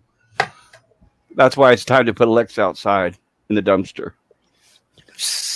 Alexa, tell me where you are. I only had to say that because it'll set off Yvette's, and Yvette's will tell her that it's Jodie Whittaker. Mm-hmm. While my Alexa says it's David Tennant. It's Peter Cushing. Sorry, just joking. Actually, we all know it's Did Tom he play Baker. Doctor Who? Peter Cushing played Doctor Who. Yeah, the original two movie. movies. He did? One or two movies, yeah. Two movies. They were basically rehashes of the first Doctor's episodes, but they were easy to stomach because they weren't in blurry VHS video. They were actually filmed. And in color. Yeah, what's interesting is I used to faithfully go to all the Star Trek conventions, but I could not stomach growing up. And I was a big fan of the BBC. I watched all the British comedy. I never could sit through Doctor Who because of the film quality or the video quality. That was the only thing. That's why I never I never adapted Doctor Who. It was the quality. It was very poor. Even as a child, I knew that was very low budget because at the time watching BBC, I was watching Monty Python, Benny Hill, The Avengers, all this good, The Saint, all this good stuff. Well, and then I Doctor don't know. Who seemed like something that was coming out of like PBS or something. I never got into it. You know who would be a good Doctor Who, and I don't know if he's played the part, is Hugh Laurie. Isn't he a television actor?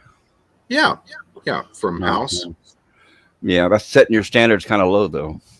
Oh, he's a great fucking actor, dude. He's been nominated for numerous Emmys and Oscars and what have you. Well, I'm sure if he's done TV, he's good enough for another TV show, right? Sure. I have to admit that Doctor Who here in Germany came with the 6th Doctor and then ended with the 7th Doctor and came back with David Tennant as the Doctor. So I've missed a lot of Doctors there. Shown out of sequence. I rewatched them as someone was streaming them on Twitch. So, but I'm still missing the movies. That reminds me, I have a question for you guys. How are you able to stream or have watch parties without getting copyright strikes? We do them off Twitch. Is it because the video viewer is being viewed on a web page instead of YouTube? Oh, Twitch. I mean, you can do whatever. Oh, on Twitch. It's on Twitch, like you can show something copyrighted on Twitch. Totally. Yes. Oh Well, no, I didn't know that. Well, that and a lot of us but have also, off-site things that we can watch. Yeah, there are also other sites. A trailer. A trailer is something that's not really going to get copyrights, stricken. You may get a copyright claim, but you're not going to get a strike for it. Like a trailer reactions, stuff like that. Right, you think you shouldn't because it's an advertisement, right? You're exactly right. It's public domain, pretty much. Unless you tear it apart, and then that's when they go after it, right? What do you mean? I've seen people who give negative reviews to trailers, and then they get copyright stricken because it was a negative review. I could see that happening, sure. Yeah, especially recently, anything from Disney or CBS. And honestly, those should be the ones that are safe because they're actually doing something transformative. I've seen places where they're just airing things, and it's like, you what? They're just showing the trailer. And of course, because they're a bigger channel, they can get away with it. Right. All they have to do is, as you're showing the video, oh, this is wonderful. I love it. I love it. I love it. No problem. But this is terrible. Look at this garbage. It gets stricken. Yep. And that's not an algorithm that does that. There's a live person back there saying, no, we don't want this. Well, that's true. You definitely have live people making choices for the general audiences, which is a problem. But we did a reaction to Star Wars Visions, which was a super negative reaction. So we'll see if that gets taken down. But I was appalled. I was appalled by it. Why is that? Has anyone seen this? No, I haven't. Not me. Anybody? I don't deal with Star Trek or Star Wars anymore. I guess we've all been It's lucky. crap. We were spared. Haven't heard from it yet. Mahar? No? Okay. Mahar? Star Wars Visions is an anime Star Wars animated series.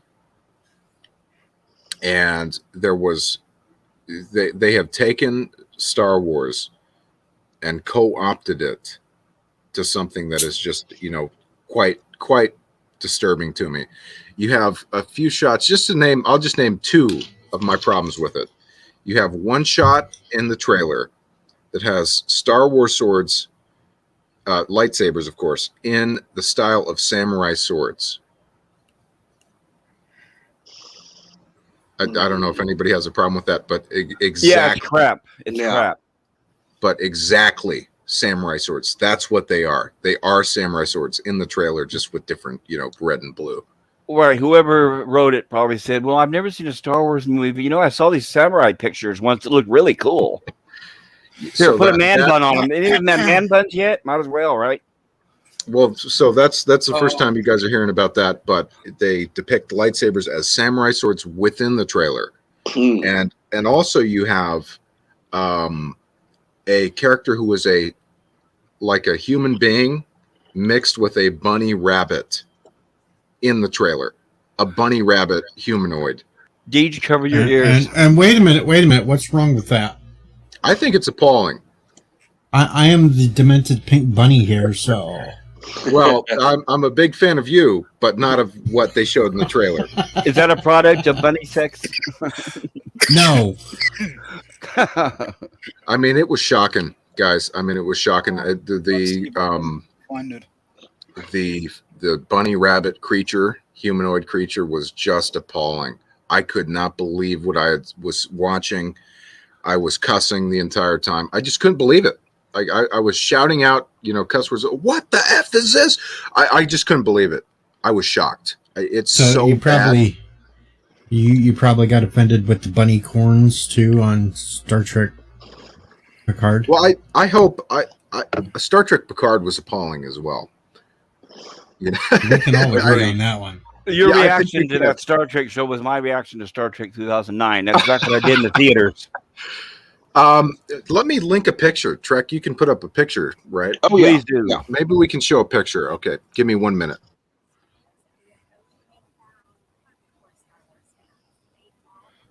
I don't know. I don't think that I hate anything more than the J.J. Abrams Star Trek. I think that's about the worst.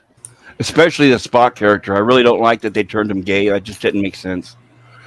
It didn't fit in canon. Spock wasn't gay.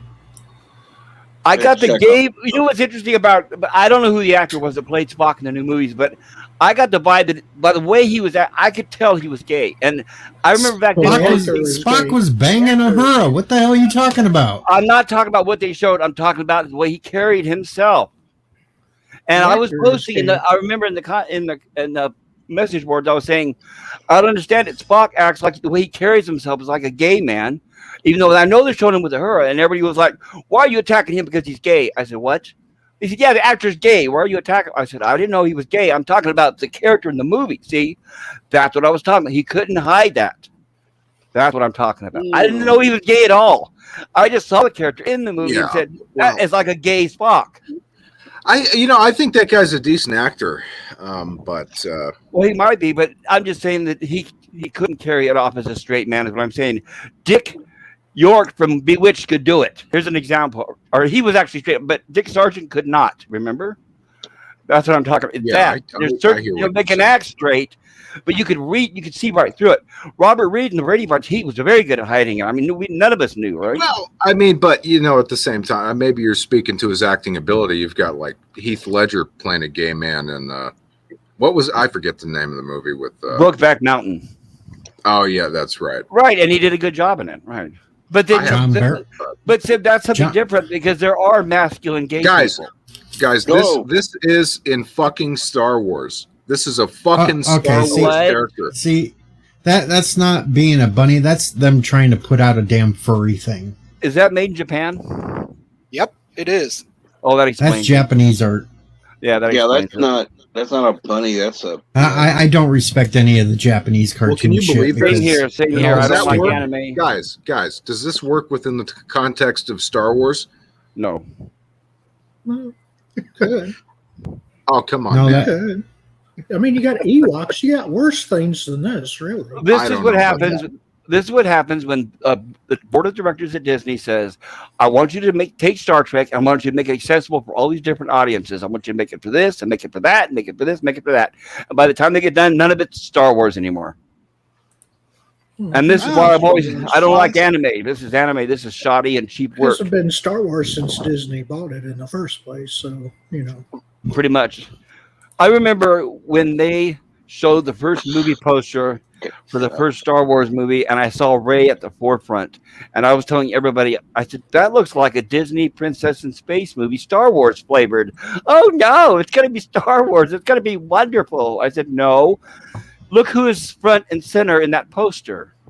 And lo and behold, here we are all these years later.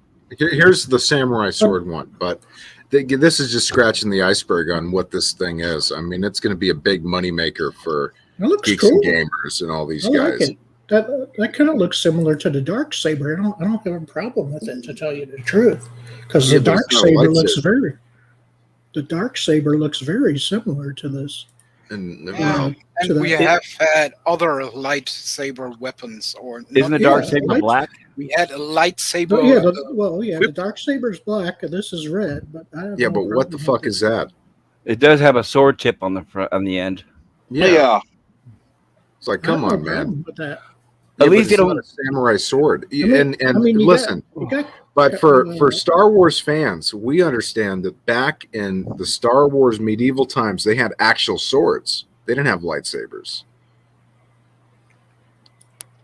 and don't forget Kylo Ren's freaking lightsaber had that cross. Yeah, thing no, on but it, so but to when imitate a sword. So during the olden times of Star Wars, they had actual swords. They did not have sword-looking lightsabers. well, they can always. I mean, if this is later in the time period, then I have no problem with it because then you're advancing the way stuff looks. That just doesn't look right. Having a sword. No, I agree. it just that looks wrong. Yeah, it does. There's no way that you could have one with a blade like that. Why have a pointed tip if it can cut through anything? Right. It just doesn't make sense. And plus, I mean, guys, I don't know what you guys think about the bunny thing, but that is not Star Wars. That's like something you would see like your little sister having when she was 4 years old or something. I mean, It's that just is to sell not toys. that's not a The- fucking Star Wars bunny- character. The bunny thing is basically, like I said, Ewoks done over again because you had I don't agree with that. teddy I mean, bears then, and now they're just Well, going the bunny route. So what's I the difference? appreciate your opinion on that, and I respect your opinion, but for me, it just does not line up with the Ewoks were cute and they were funny and whatever you want to say, but the Ewoks did not really bother me. I don't know about the panel here. I was not particularly bothered by the Ewoks. I mean, they kind of served their purpose. They suck. But yeah, but they kind of served their purpose. George Lucas wanted to showcase, nature versus, a mechanical. No, he did that because he wanted to gear it towards little kids. So that was the scene where the 5-year-old stood up going, "Wee!" Well, that's fine, and you're probably right. But yeah, bunny that's thing, when man. that's when Star Wars turned to full camp. Was right there. It was full camp right there. But this bunny thing, guys, does not look like a Star Wars character. No. It looks like something you would see in like a high school, manga comic book or something weird like that. Well, what you see there is them throwing everything at the wall to see what sticks. Yeah, I seriously wasn't offended by Ewoks or such until this was pointed out to me. It's down below for the cap. Okay. The Ewoks. Now I'm offended.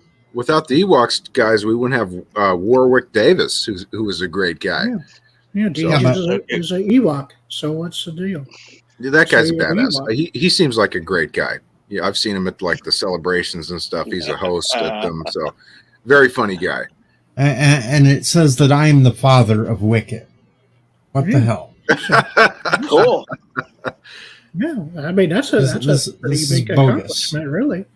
No, but the Bogus, Ewoks, they really downgraded the Ewoks in the stupid Caravan and Courage and the other. What a disaster! That's the only appalling thing about the Ewoks are the two films.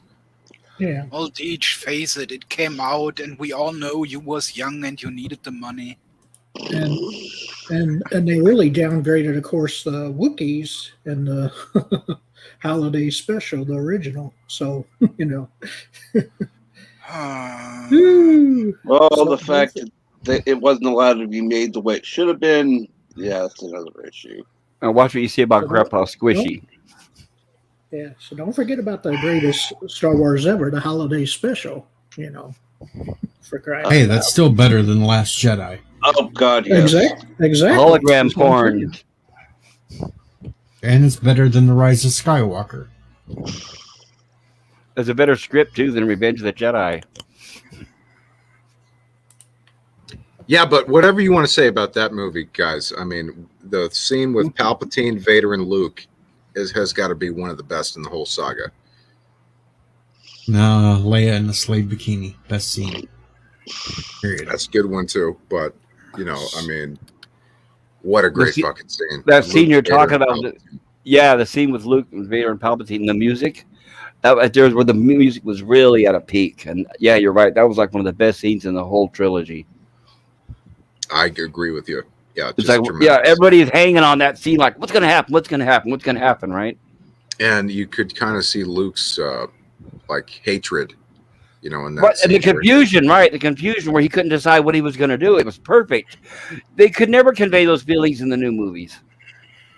Well, it was even hard for them to do that in the prequels, man. As much as I love the prequels, I mean, you really see that in that particular scene. Shit. Well, the What's second going on, movie is Mar? the prequels. I sent you Trek. I sent you one more picture from the Star Wars Visions trailer. Let me check. And I don't know how you guys are going to feel about this, but I'm not a big fan of the manga look for Star Wars. And I've seen some anime trailers for fan trailers that look great, but I'm just not a fan of this particular look. I second that. My No. thing is it's not. It's God, not is that Dragon Ball Z? This is Pokemon, right? This, my friend, is Star Wars. That's if crap. it were not Star Wars, it'd be okay for some other series. No big deal. Yeah, if this Star was Wars, wonderful. no. This is made up for hyped up 5-year-olds on candy because this is not something that even anybody above 10 years old would watch. Well, guys, this may be controversial too, but I prefer the Star Wars. What was it called? The Galaxy of Heroes? What was the thing they did where they showed some of the battles in anime? Do you know what I'm talking about? I've never heard of it. By the way, in this picture, Galaxy of Heroes. In this picture we're looking at, are they male or female? Because that's another problem I have. They don't seem to be able to distinguish between that anymore. I think we've got male on the right and female on the left. How can you tell? See, that's poor animation. That's poor animation right there. No, it's not poor animation. That's just the way they want it. They don't want you to be able to tell. You want the difference genders to be between the two fluid, sexes. right? The genders got to be fluid. They got to be able to change 5 minutes to the next, right? No, they are Japanese. They don't deal with that bullshit. That's Right. Americans that do that. Yeah, but they've hired Japanese animators, and here's the bottom line: we can't blame the animators, who are all tremendous people. I've looked, a few of them up, who have worked on just great projects in the past. You have to blame Lucasfilm. I mean, that's the bottom line. And who's at the top of Lucasfilm right now? Well, I made a point the other day. Kevin Feige turned down the job. I bet you they would have doubled his salary. He said no. That's a big problem. That's the only smart thing he's ever done. He wouldn't even take the job. No, he did that Imagine- after Abrams refused. Well, imagine how much money they offered him, and he still turned them down. I think he knew that it was a train wreck on its way to the end, and he didn't want to jump on it because he didn't want to be dragged down with it. I think he knew he had a good thing going on with Marvel, and he didn't want to ruin it. After seeing that first, what is it? I can't even remember the name of the first sequel anymore because I hated it so much. But I think that's it. I think as soon as that came out, everyone saw the writing on the wall. Well, my short list for Lucasfilm president, and let me know if you guys have any nominations, would be Mark Hamill. I think would do a tremendous job. It's clear that he loves the material. And we don't really need a storyteller. We need somebody who is going to steward the concept of Star Wars. I think Mark Hamill would do a great job. I think Dave Filoni would do a great job. And I would even nominate Jon Favreau. I think he would do a good job too. Yeah, but I I'd still say have problems with Favreau- Dave Filoni said at that women's conference. That kind of turned me off. What did he say?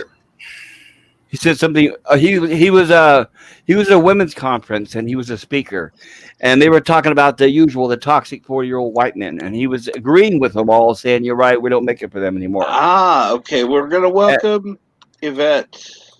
Hello, Yvette. Hello, Yvette. No matter how much pressure you try to put on me, I'm not watching that Doctor Who trailer. Okay. There's a Doctor Who trailer. Please. No.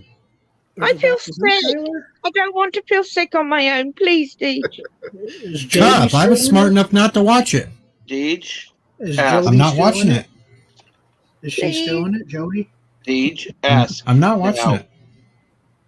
Please. What? I sent you the official one that got launched. Alexa, who is your favorite Doctor Who? While there have been many greats to play the leading role of Doctor Who, I'm particularly fond of the 10th Doctor, played by David Tennant. There. At least my Alexa's smart. Oh my god. Oh my god.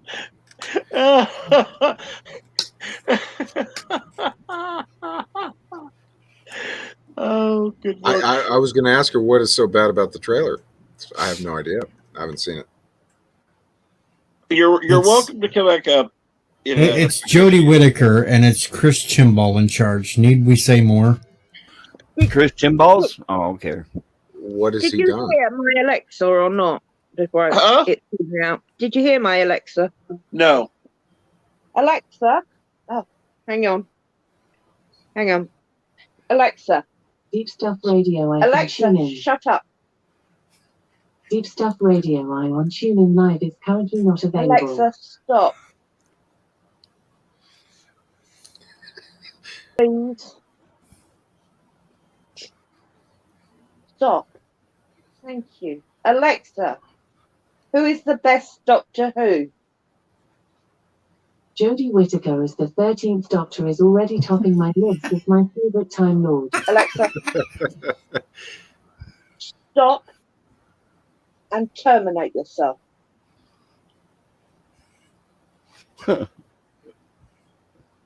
Self-destruct. Yeah. Wow. Yeah, I refuse to buy Alexa because I think the CIA would be, recording my conversations. Oh, yes. No, thank you. Not to be. I'm not a conspiracy guy, but it's like, Hold why on. spy on myself by getting? Hold on. Alexa, do you work for the CIA? No, I work for Amazon. Oh, that's just Same as thing. bad. Same thing. AKA. Well, Bezos made a deal with them. I think I remember hearing something about that. They did. They made a deal with them where they would release information to them if involved in investigation on a case. Well, And I just Amazon. Go ahead. Go ahead, Yvette. I just wanted to bob in. I'm just about to eat dinner anyway. Just to say hello to everyone because I was on Michael's just before breakfast, not for long. And I hadn't seen anyone all day, so I want to say hello to everyone. And how's Daddy? I hope Daddy's good. Or busy, probably. I'm good, Yvette. Thank you. I thought I was daddy now.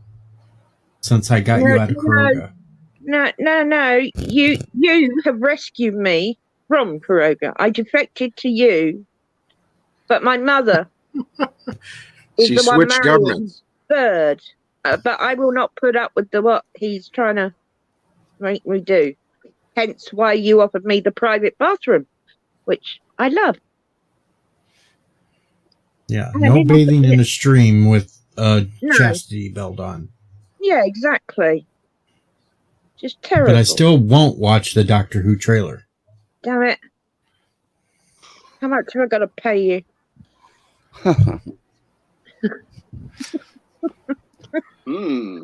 That's interesting. How I'll much think are about you it. for sale for? I'll Yeah. think about it. Or is there anything else I could do other than money? Remember, Okay, if he's we got on that. sale for that, he's taking money for a certain camera feed from a certain bathroom. No, I'm not. That's more Nope. Kurogan fake news. No cameras installed in that bathroom. No, We they've don't been spy assured. on our citizens like Kuroga does. It's not what I'm hearing. That's because you're making things up again. You're CNN. Yeah. Kuroga News Network. Oh, God. All right. Well, thanks for having me on, Captain. Absolutely. We'll catch up when I get up, Of hopefully. course. Have a Yes. chat. And have a great rest of the day, everyone. I'll be eating and then sleeping. Bye-bye. And I will be back in my morning, your evening. All right. Absolutely. So everyone behave themselves or not. And Deej, I'm not going to stop asking. I am not. I gonna know you stop. won't. I won't stop. I I'm know so you won't. annoying. Please. All right. No, Much love to not everyone watching in it. the chat. Cheers. Bye. The question was, what's wrong with Doctor Who? Well, after they've destroyed the whole entire franchise in the last 2 seasons, it's dead. It's dead to me. I can't really blame you. We should have a contest to predict which franchise will be next, right? Halloween. I don't think they can top Doctor Who. I think Halloween is Although done. they did with He-Man. Nope. Oh, no. He-Man is nowhere near what they did to Doctor Who. Is Doctor Who worse than what they did to Star Trek? Yeah. Oh, yeah. Worse than I would Discovery? agree there. Ooh. All right, let me put it this way, Blubberpuss. The Doctor is no longer Gallifreying. It is some little timeless child that's always been able to regenerate and has unlimited regeneration pot things. It was Gallifrey that it was a citizen of Gallifrey that found this child on an abandoned planet somewhere and brought it back and killed it over and over and over to learn the secrets of regeneration for the Time Lords. The Master turned all the remaining Time Lords into Cybermen. That's just the tip of the iceberg. Yeah, that sounds like crap in a box. It does. So, Zach. And the first Doctor is no longer the first Doctor because there was hundreds of regenerations before that, and they all started as a small female child. The bestest ever, who's the secret to everything. So yeah, Doctor Who has been destroyed the most. So, off topic, Zach. Next time when you make a phone call with your cell phone, just say hello to the NSA. They like that. Do they? Yeah, no, I'm sure of it. I've brought up. I heard they have trigger words, so I've had some strange conversations. But that's why I've never gotten Alexa. It just doesn't make sense to me. It's like why let them spy on me? And I'm not a conspiracy guy. Like I'm not a conspiracy guy at all. They're spying on you no matter what. Haven't you noticed if you look something up, all of a sudden if you go to other websites, you're getting advertisements for things that you looked up a day or two before? Yeah, that's fine, but they're spying on everything. Why put a thing in my fucking place that can, listen to my conversations? It sits right here next to the computer. Everything I say online, that's all they're getting through the Alexa. That's it.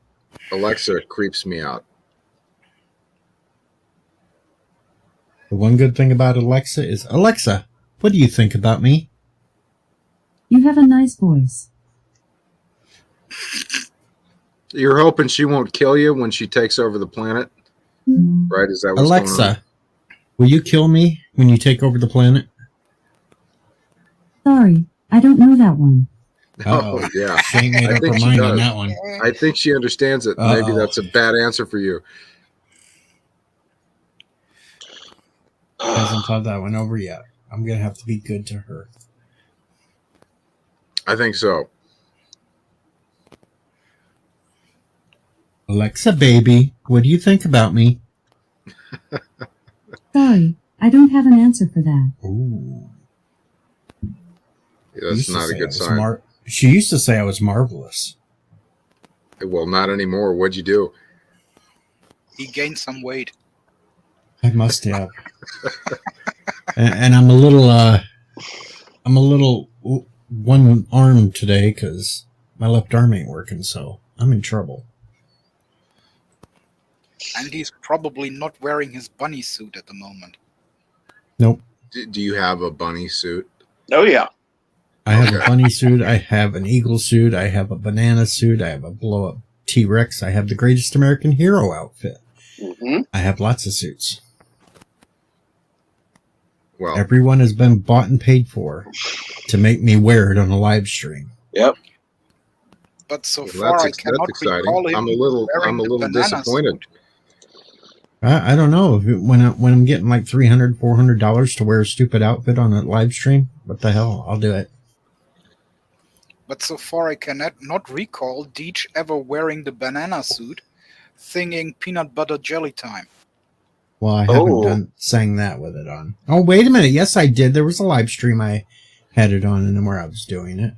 Well, you need to get like the maracas. Is that what they're called? The maracas? The little shake things? Yep. Little maracas. Yep. Do you have those? No, I don't have those. We got to get you them. Oh, yeah. There's 3 different outfits they're trying to make me wear next. I'm not trying for the one. I'm not trying for that one.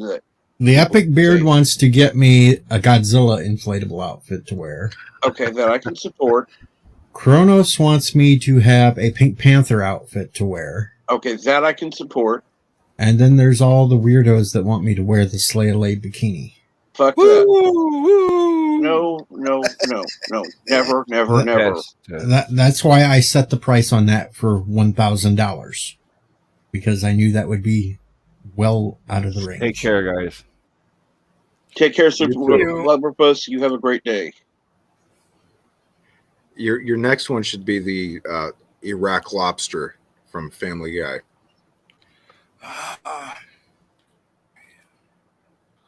They even make an outfit? You can get a lobster costume. All you need is a lobster costume, a turban, and you're good.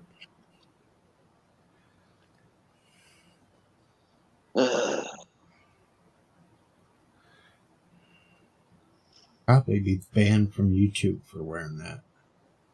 They're a little touchy. You'll probably get pointers. You'll probably get your video trending. Well, maybe that could be your video for I don't know. I can't think of it. I don't use the site, so I don't know. TikTok. I should just grow my hair really long, get a weird looking beard, and rename myself the Anti-Trekker. Yeah, no, you should. Now you can steal the Anti-Trekker name since he's Saute Trekker, right? Yeah. You can't use the URL because that was already taken. But yeah. Well, yeah, Cap, you can become the Anti-Trekker now. Cap, could you share me? Share you with who? No. Come on, Deej. It can't get worse than this. Oh, yeah, it can. Granted, I'm not as hairy, but it could get worse than that. Oh, my God. And he's wearing it with pride. Oh, God. Oh. With too much pride. God. There, I don't have to do it. Somebody else did it before me. I'm safe. Thank God. And now it's... Go track him down. Yeah, that's... yeah, no. At least nobody's trying to make me look like Jodie Whittaker. Don't give anybody ideas there, Deej. All we gotta do is get a blonde wig for that. That's about it. No, I don't have a Probably get that rainbow from a shirt. vet. I'm sure a I vet don't has have a rainbow shirt. I Oh. don't have suspenders. I don't have the jack. I'm safe on that one. I only I have Tom Baker outfit. bet That's it. I'll bet I can talk to meteorologist Katie, and she'll support it. Her outfit's way too small for me, so I'm safe there too.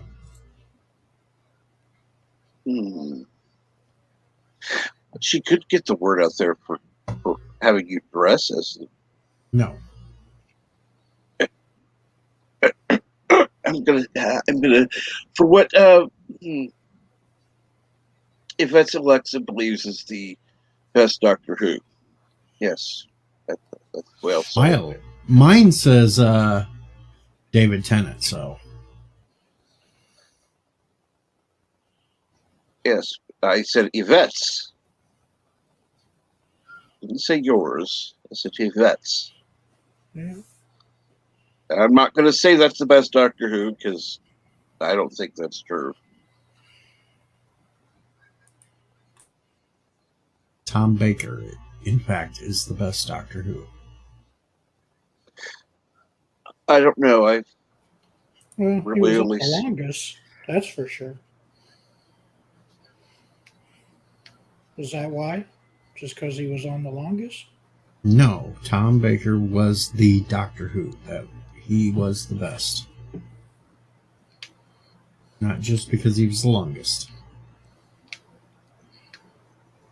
Hell, Peter Capaldi would still be playing it if he wasn't pushed out because of idiots.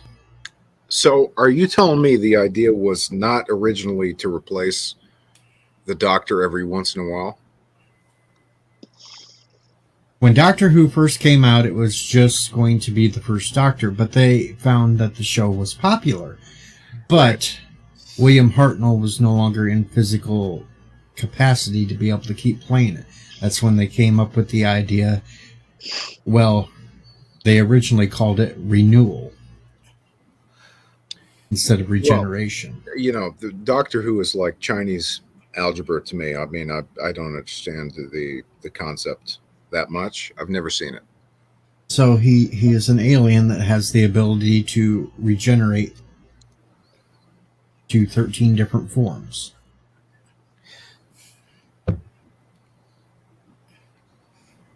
Gotcha. But then when it started in with this new era... They've had more than 13 Doctors, haven't they?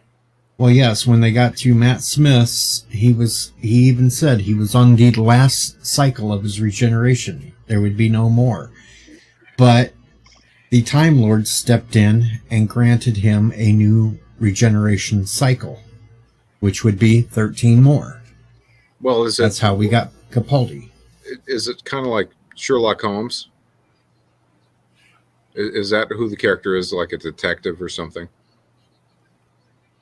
He's just basically a Time Lord renegade, you could call him, that didn't agree with how things were at home, so he just decided to run off into the galaxy and look at things for himself. What does he do?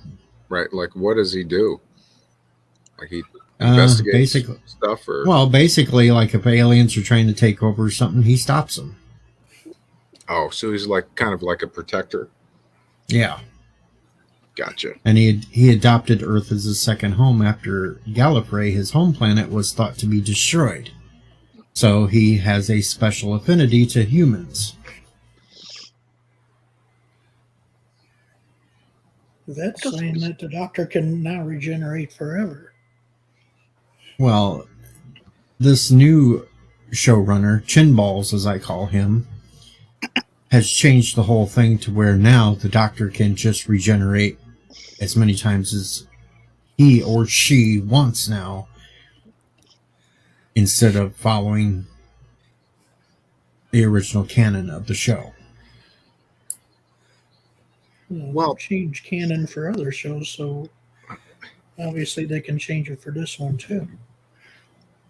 I think, guys, and you know, I don't know if Deej agrees. I think they should let some of these franchises just, you know, step back and just end. Uh-oh. Yvette's calling me out on wrong about the history. What do you mean? Okay, I got. Sorry. Okay.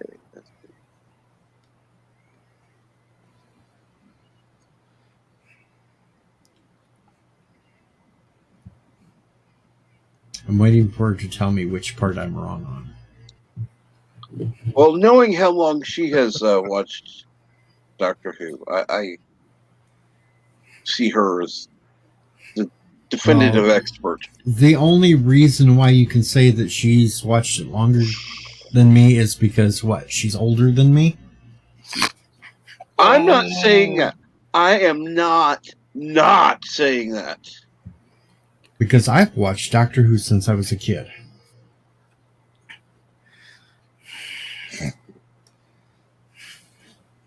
I'm not saying that at all.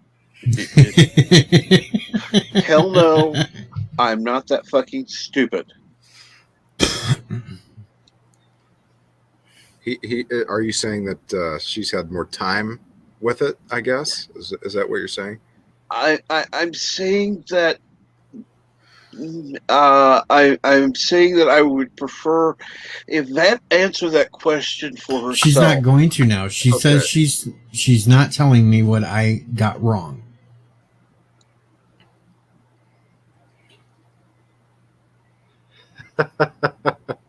Because it might give her an advantage in the epic quiz. You know, well, Captain Track, that's not a bad idea. Maybe you should quiz them at some point. Oh, not me. No, we've got a quiz coming up in a week or two that we're going head to head on Doctor Who lore. Even though I think the one running it knows about as much about Doctor Who as my little pinky does, so what channel? It's not going to be really hard. It's Vile Mike's channel. Okay, well that sounds fun. I may have to check that out. I don't think he knows that much about Doctor Who, so I think it's going to be a rather easy quiz. Well, he'll probably read one of the Google quiz ones for you.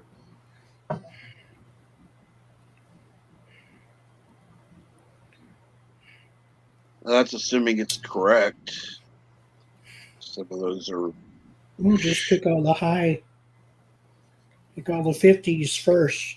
And it's going to be hard to tell what is the true canon if the questions are asked about things that happened during classic era or shit that's been changed now in the last couple of seasons that wipes out the classic era. So it's just going to be a free-for-all.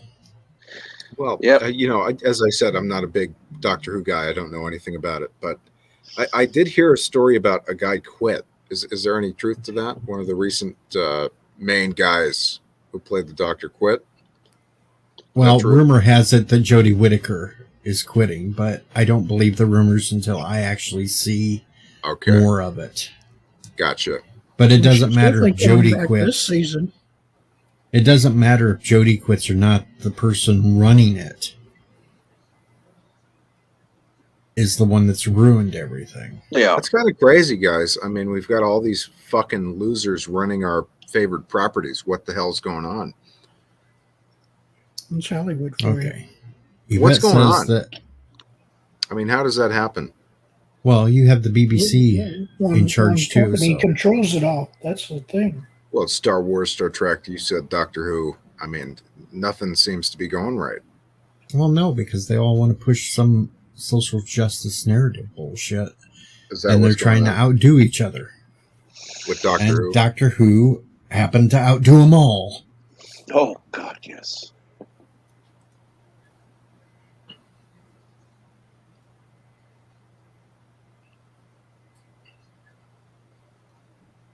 Well, I can't speak to that comment, so.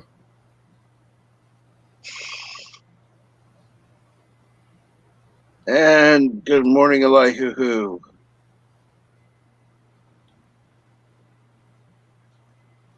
Says it went woke. Well, Elihu, the Doctor's always been a male. The Doctor should always be a male. If they wanted a series about a female Time Lord, they had plenty of female Time Lords they could have used, or they could have made a new one up. They didn't Right. have to change an existing character that has been male for over 50-some years to a Right. female You're totally right. just to please a small minority of people who claim they're fans but never watch Doctor Who much past the new ones. Well, you know, I've written many female characters. It's not that fucking hard, and you know, it's shocking how Hollywood butchers it time and time again. I mean, I think a lot of these female actors, I don't know if you guys would agree, are pretending to be men. Yes. It's like, what are Oh, you yeah. doing? It's like they act masculine. It's like, that's not what I wrote. I wrote a female character. What are you doing? It's like you come up there with no facial expression. You know, it's just like you're trying to act tough. It's like, just be yourself. You know, just draw something from reality if that's possible. You know what I'm saying? It's like, come on, man. It's like, Ray's a great example. I mean, for me, it felt like, not to open this can of worms, but for that character specifically, it felt like she was playing a man. Like that was kind of her goal, was like to be a masculine character. I don't know if I'm missing the mark on that. Which is why. Go ahead. Yeah, which is why so many people shipped her with Kylo, and hence the Raylo thing. That was a big factor into that. And Elihu, the ones that complained about Capaldi were these new fans that thought the Doctor should always be young. And those of us that came from classic era knew the very first Doctor was an old man. Well, actually, I didn't like Capaldi in the first episodes because he came over as a complete asshole, which was not really Doctor-like. But then I changed my opinion about him in the later episodes. But you have to also, every Doctor that's regenerated has acted goofy and not of character within the first episode or two until the regeneration leveled out. And Darius, I would like to watch along with you, please. I've only seen one Isn't series. it on? Who streams it? Is there a streaming service with it on it? Or no? What, Doctor Who? Yeah. You can watch the classics on Pluto TV. And, got its own channel there. And with Matt Smith as the Doctor, I never really that's got only bored. that's only one that you can watch it on. With Off ads, the top of my head, basically? yeah. Yeah, off the top of my head, yeah. Yvette says BritBox has them all too. So with Matt Smith, I never got warm because it always felt like he was wearing some kind of a mask all the time. It was just, he creeped me out.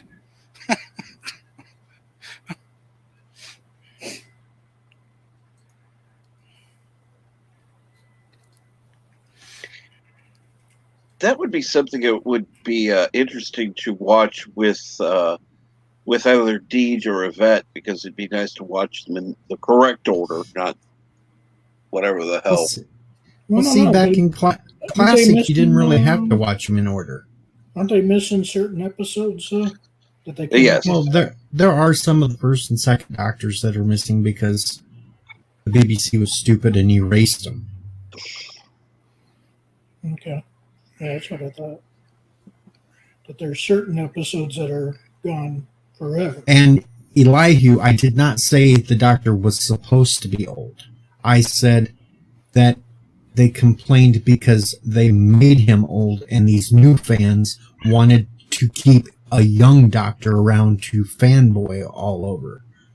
In Classic Who, the Doctor went back and forth between being old, middle-aged, young, back to middle-aged. They bounced all over. Well, the When youngest Doctor looking Who one- came back, they kept increasingly making him younger and younger and younger until at the point they either was going to put a fetus out there for a doctor, but they went to Capaldi. That's when the new fans got all outraged because it's like, oh my God, he's an old guy. We can't have that. Bullshit. At that Who point, was the youngest looking one, would you say? Matt Smith's. Bless you. Thank you. Okay. Before that, I would say the youngest looking one was the fifth Doctor.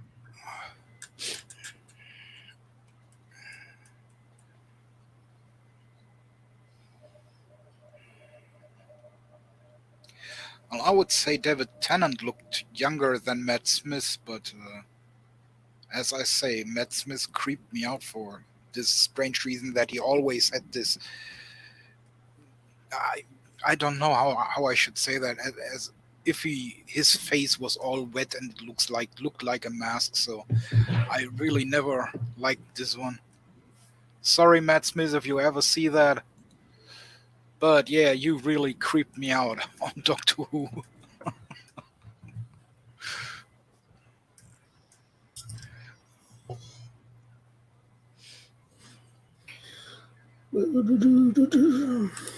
But in Classic Who, they were called Time Lords and Time Ladies for a reason. They were specific gendered. Not this flip back and forth crap that the new shit. Says HBO Max has the rights to Doctor Who. Is that right? All HBO Max has is from Eccleston to the crap we got now. They don't have any classics. Okay. And Deej, if you look in private chat.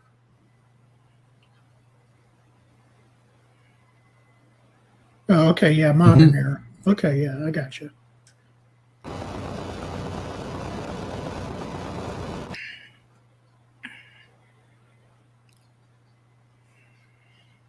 Luckily for me, I have every copy of Doctor Who that you can get your hands on, so I can watch it anytime I want. So that's cool. Yeah. And I even have some episodes that were lost, but the audios are still there, so people took screenshots of what they could get through the series and put up there so you could still listen to what was going on for that. All right. So HBO Max has basically everything from 2005 up, I'm guessing. Yep. And everything before that is either, I guess they still have Blu-rays out for it or whatever, right? Yeah, they put out Blu-rays for them all the time. Or if you're a bad person, you can sale for them. Yeah, I got you.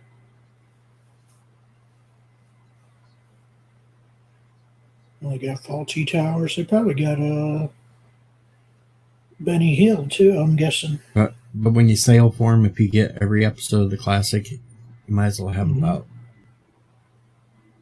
500 gigabytes of free space to put it. Yeah. And hello, Scott. That's all it takes up? Yep. Just 500 gigabyte? That's it? For all That's quite a bit. Oh, yeah. No, consider 1 terabyte is double that, basically. Then it's not that much.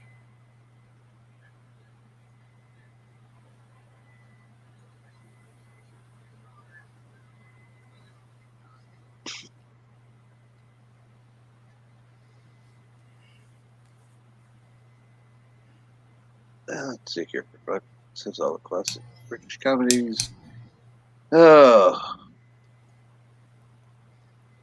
Yeah, so I guess they have Benny Hill and all that kind of stuff too. Then. Oh, I'm sure. Yeah, shows that never be made today.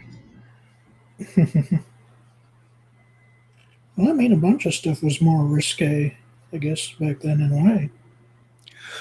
Especially if it was coming from the British. Oh, yeah. And there's the Truth Apocalypse. And hey, the Truth Apocalypse, how are you doing today? And I'm AKA the Sparkly Trekker. Sparkly Trekker. What are you talking about? No. What's going on today? Let's see here. Getting a request for the peanut gallery. Yes, I'll play it. Listen to me very carefully, because I'm only going to say this once. Coffee. Black. Coffee. Black. While I've got your attention, there are... Coffee first. Well, this mentor would like another cup of coffee. I'm just gonna have to give up coffee. Want some coffee? If I'm not mistaken, that's your third cup this morning. Fourth, and on a day like today, it won't be my last. Coffee. The finest organic suspension ever devised. Commander, set a new course. There's coffee in that nebula.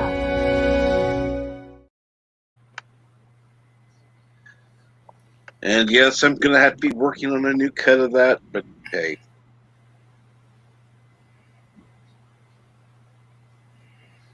Coffee for everybody. Oh, I was supposed to make a birthday video today. Yes? I don't think I'm going to get to it. How come? That shot is starting to really do a number on me. Okay, better take some rest. You got the shot, I'm guessing? Yeah, I finally had to break down to do it because I need to go do some dental work, and well, the dental office don't want to do anybody unless they've had it. Their shot, huh? Yep. Imagine how they force that on people, huh? So I've had to break down and go get that stupid thing, and yeah, it's starting to do a number. My arm already hurts like hell, and I'm dizzier than shit. Okay. Yes. Sooner or later, it's gonna rest. make everybody That's get it. all I say. Get rest. So Yeah. I'm gonna bail. If I feel better later, I may try to jump back on I the wouldn't stream or try. something. I wouldn't try. Take any pain relievers you can. Deej, you got the shot today? Yes, I had to go in this morning. Yeah. Have fun tomorrow. I think it'll be real fun tonight. The pain in the arm will get worse. Yeah. Keep reminding me.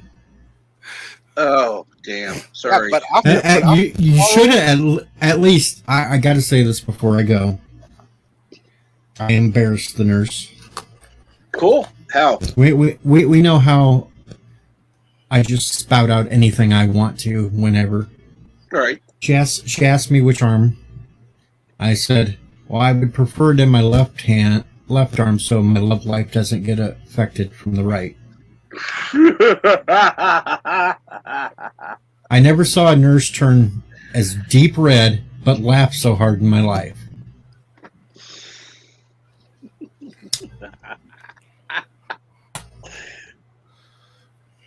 You are aware that they're going to actually be talking about you. Oh, I know they during will. Coffee break. Oh, I know they will. It's kind of like what I did in Walmart the day before. I was out with a girlfriend, and she threw some pads in the cart, and I seen all these people looking through, and I said, hey, I'm not pushing this damn cart with all these pads in here now. This wasn't part of the deal. And the one chick that was down trying to find something just busted out laughing. I say whatever I want to, whenever. I walked past Walmart employees with her walking next to me, and all of a sudden I was just out of nowhere going, hey, would you tell this lady quit playing my ass?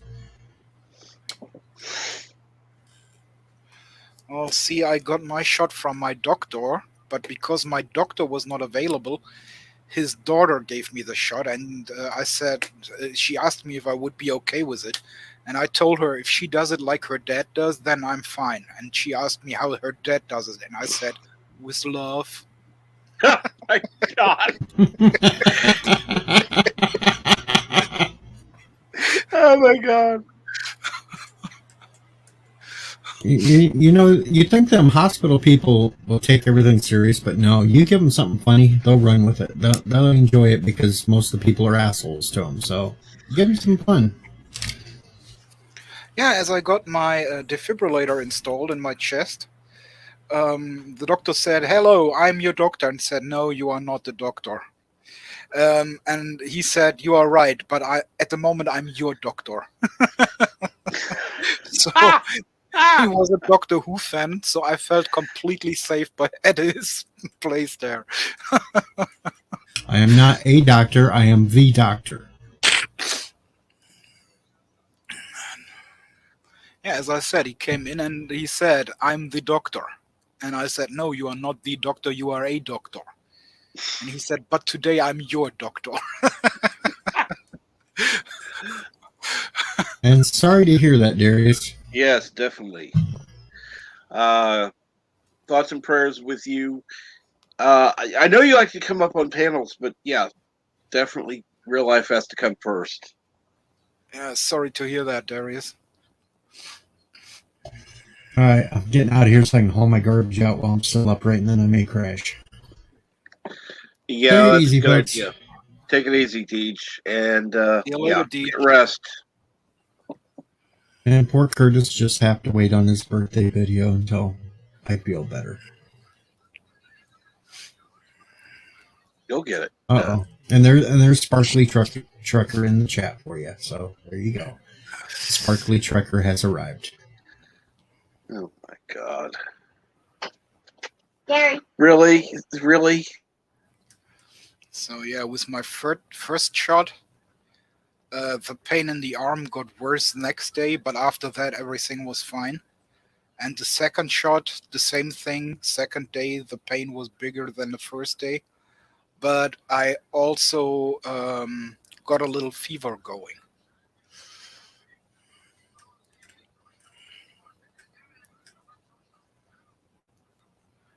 But now everything is fine.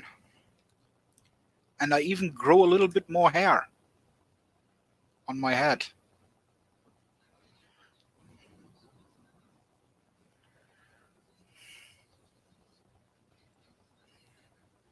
Yeah, dare I ask where? Sparkly Cracker. That's just wrong. That's just wrong.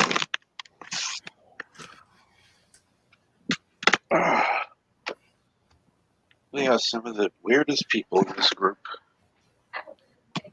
Love them all, but yeah. So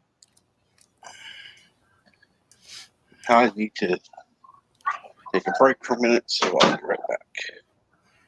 Okie dokie.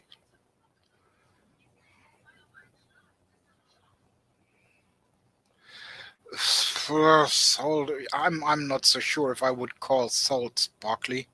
Only in the sun it is. Like vampires these days.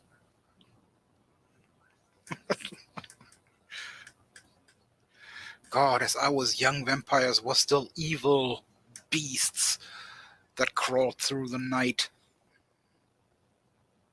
Unless they was daywalkers, but there was only one daywalker, so.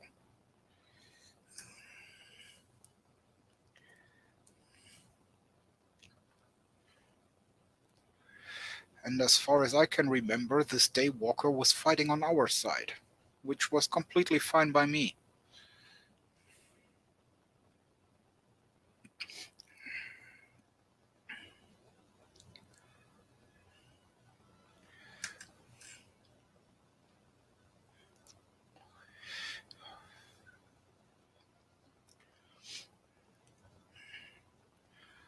But yeah, I have to give it to them, to those vampires, that they always was kind of erotic, with sucking on the neck of people.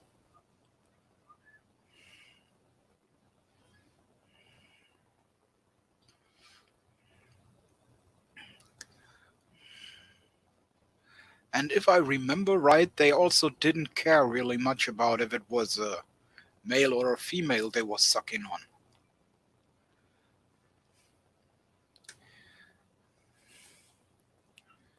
Just saying.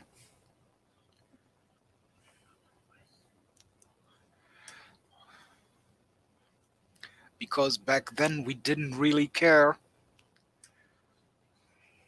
I really have no idea where it comes from these days that everything has to be gendered for whatever reason.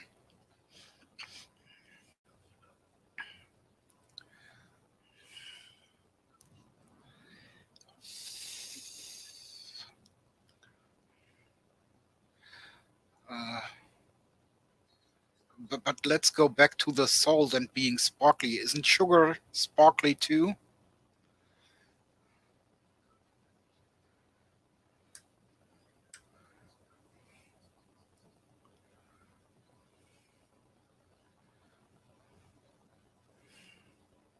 Come on, guys. I need a little bit of chat here.